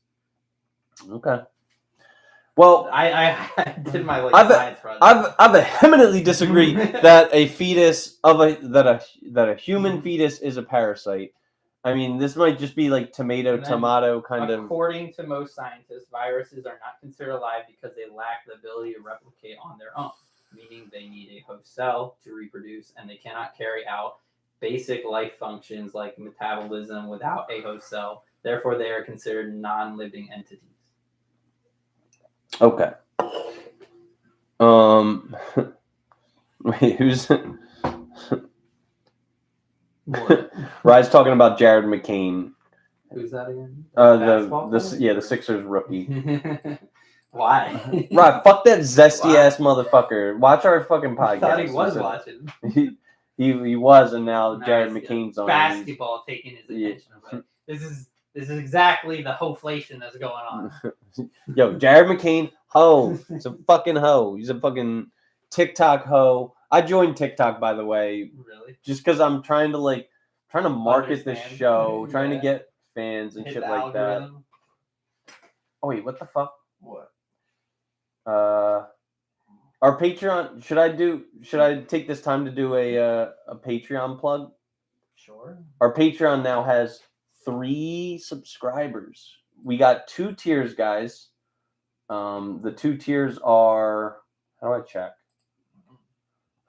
Never use Patreon. What? They take their cut. Those fucks. Oh well, of course. How else would they be in business? So we got 2 tiers. We got tier 1 henchmen and tier 2 goons, everybody. So if you want to only pay for only $1 a month, everybody out there, you can support our Patreon. I mean, this fucking pizza, it's literally going to us 2. We're the only 2 that are reliable enough. We're the only 2 reliable enough to make it to a show every week. We're not asking so much of our panelists, invitees. Like, fucking, I'm prepared to be a gracious host. I'm prepared to feed them. I'm prepared to home them. It's like storming outside. Like, if they need a bed to sleep on, if they need the shirt off my back, I'll give it to them. They can't even give me so much as a, hey, by the way, not fucking coming because I'm a deadbeat mom. No, none of that. Either way, guys, please, if you've made it this far, you're considering it, even if you had a stipulation, that I needed to bring some outside guests onto my show, a random, and through no fault of my own, they bounced, they reneged on their word. Consider subscribing to our Patreon. Just $1 a month, just a simple $1 a month, and you can make such a profound difference in our life. And we will be eternally endeared to you. So consider that, okay? Do you have any closing remarks? Thank you all for watching. Peace and love to everyone. All right. And all right. I think at this time we're gonna wrap it up. Though the sign is real simple, it says rock it. What Rye just texted me. I can't repeat You're it. making a mess. You either do it right or you don't do it. But I want to do it. You're done. You are done. That's what I want to say to all fucking single mother hoes. All right, guys. Remember, stop simping. Maybe I'm gonna like fucking start producing that shirt. Like, Stop simping. yeah, like fucking when we were little kids, Deb had a stop snitching shirt. I think Rye might have had the stop snitching shirt. I'm gonna start producing the stop simping shirt. Once again, we want to humbly thank our listeners, pay them ample gratitude for their patronage. Without you guys, we wouldn't be able to have such a high-quality interactive show. So thank you, audience. I'd like to take this time to remind all of our listeners that we're spreading like a virus, which is a parasite. I just learned that. The Good Faith Podcast is now officially on YouTube Live with video as well as archived there, and also Apple Podcasts, Pandora, Spotify, RSS.com, Apple Music, Samsung Podcasts, Listen Notes, iHeartRadio, and Patreon. On Patreon, we're working to build additional value for the multiple tiers of donors with special content, super chat priority, and VIP in-person meetings. We do value your attention, so thank you for quieting your TikTok brain for the past 3 hours. This is a reminder, if you feel you got any value from our show, it takes basically zero extra work to like and subscribe, and it'll move us closer to our goal of having thousands of subscribers, which will bump us up in the algorithm and expose us to more potential listeners. If you guys want to share us with more of your friends, we would be absolutely delighted to extend our outreach. The quickest way for us to broaden our exposure is for you listeners to each share us with one friend. We appreciate it from the bottom of our hearts. If you're interested in joining our hashtag IRYOBYOAWMO movement, feel free to retweet the hashtag. Also, stay cognizant to treat people with identical worldviews to your own with dignity and respect. Then, if somebody's opinion deviates from yours in any way, our movement advocates for treating them like absolute shit. Remember, a civil level of respect is only earned by people who mirror your beliefs. Hashtag IRYOBYOAWMO. What does that mean, Chernie? Iriyubiyama? What is this pronounced? If you live in the greater... How do you pronounce vehemently? Vehemently. If you live I like in that one better. What, vehemently? Vehemently. It just sounds more He's a fun to mover or shaker. Okay, man, but these men don't settle. They don't settle. They don't get women who are. There are men on YouTube right now saying, I don't know what I'm talking about being high value. But here's one thing that they do agree with me on. They don't take a woman with children. They don't. I've had men who vehemently disagree with me on a lot of things. They don't listen to me, but unanimously, we don't take another man's children because that's not even in their mindset. They don't. If you live in the greater Philadelphia area, want to guest star on our show, we would love to have you so long as you're not a fucking piece of trash. Want to go on a date with anybody on the show or have a sincere desire to move in with us? We are down a roommate. All of these things will be considered just so long as you're not a piece of trash. And we're obviously not going to entertain single mothers. I mean, I will not tolerate single mothers. Chernie, you can speak for yourself. Well, I don't think it would matter if one of us is saying no. Well, we're absolutely not moving a single mother in here. But if you want to date a single mother, like be my guest. Okay. I'll disagree with it, but you know, you're a consenting adult, so you can make your own decisions. Guys, once again, I can give her the other room. No. What she pays? Is she moving her kid in? Probably, if she's a single mom. She would need to pay my rent. Why for your me? rent? Because I'm not tolerating a fucking a piece of shit and her kid. I think it's safe to say we're not bringing it as Please reach out to us in an Instagram DM at Christopher Bulick. The Patreon link is in the description, and all proceeds will go towards rent, food, electricity, new computer equipment to improve our general show quality, and Clark's medical expenses. There he is. It's beautiful. Take your hat off, boy. That's $1 bill. To all of our faithful audience.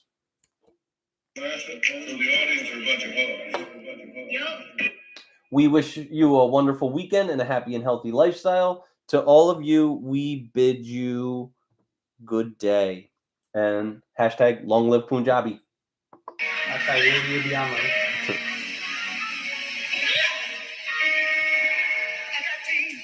potatoes, lamb,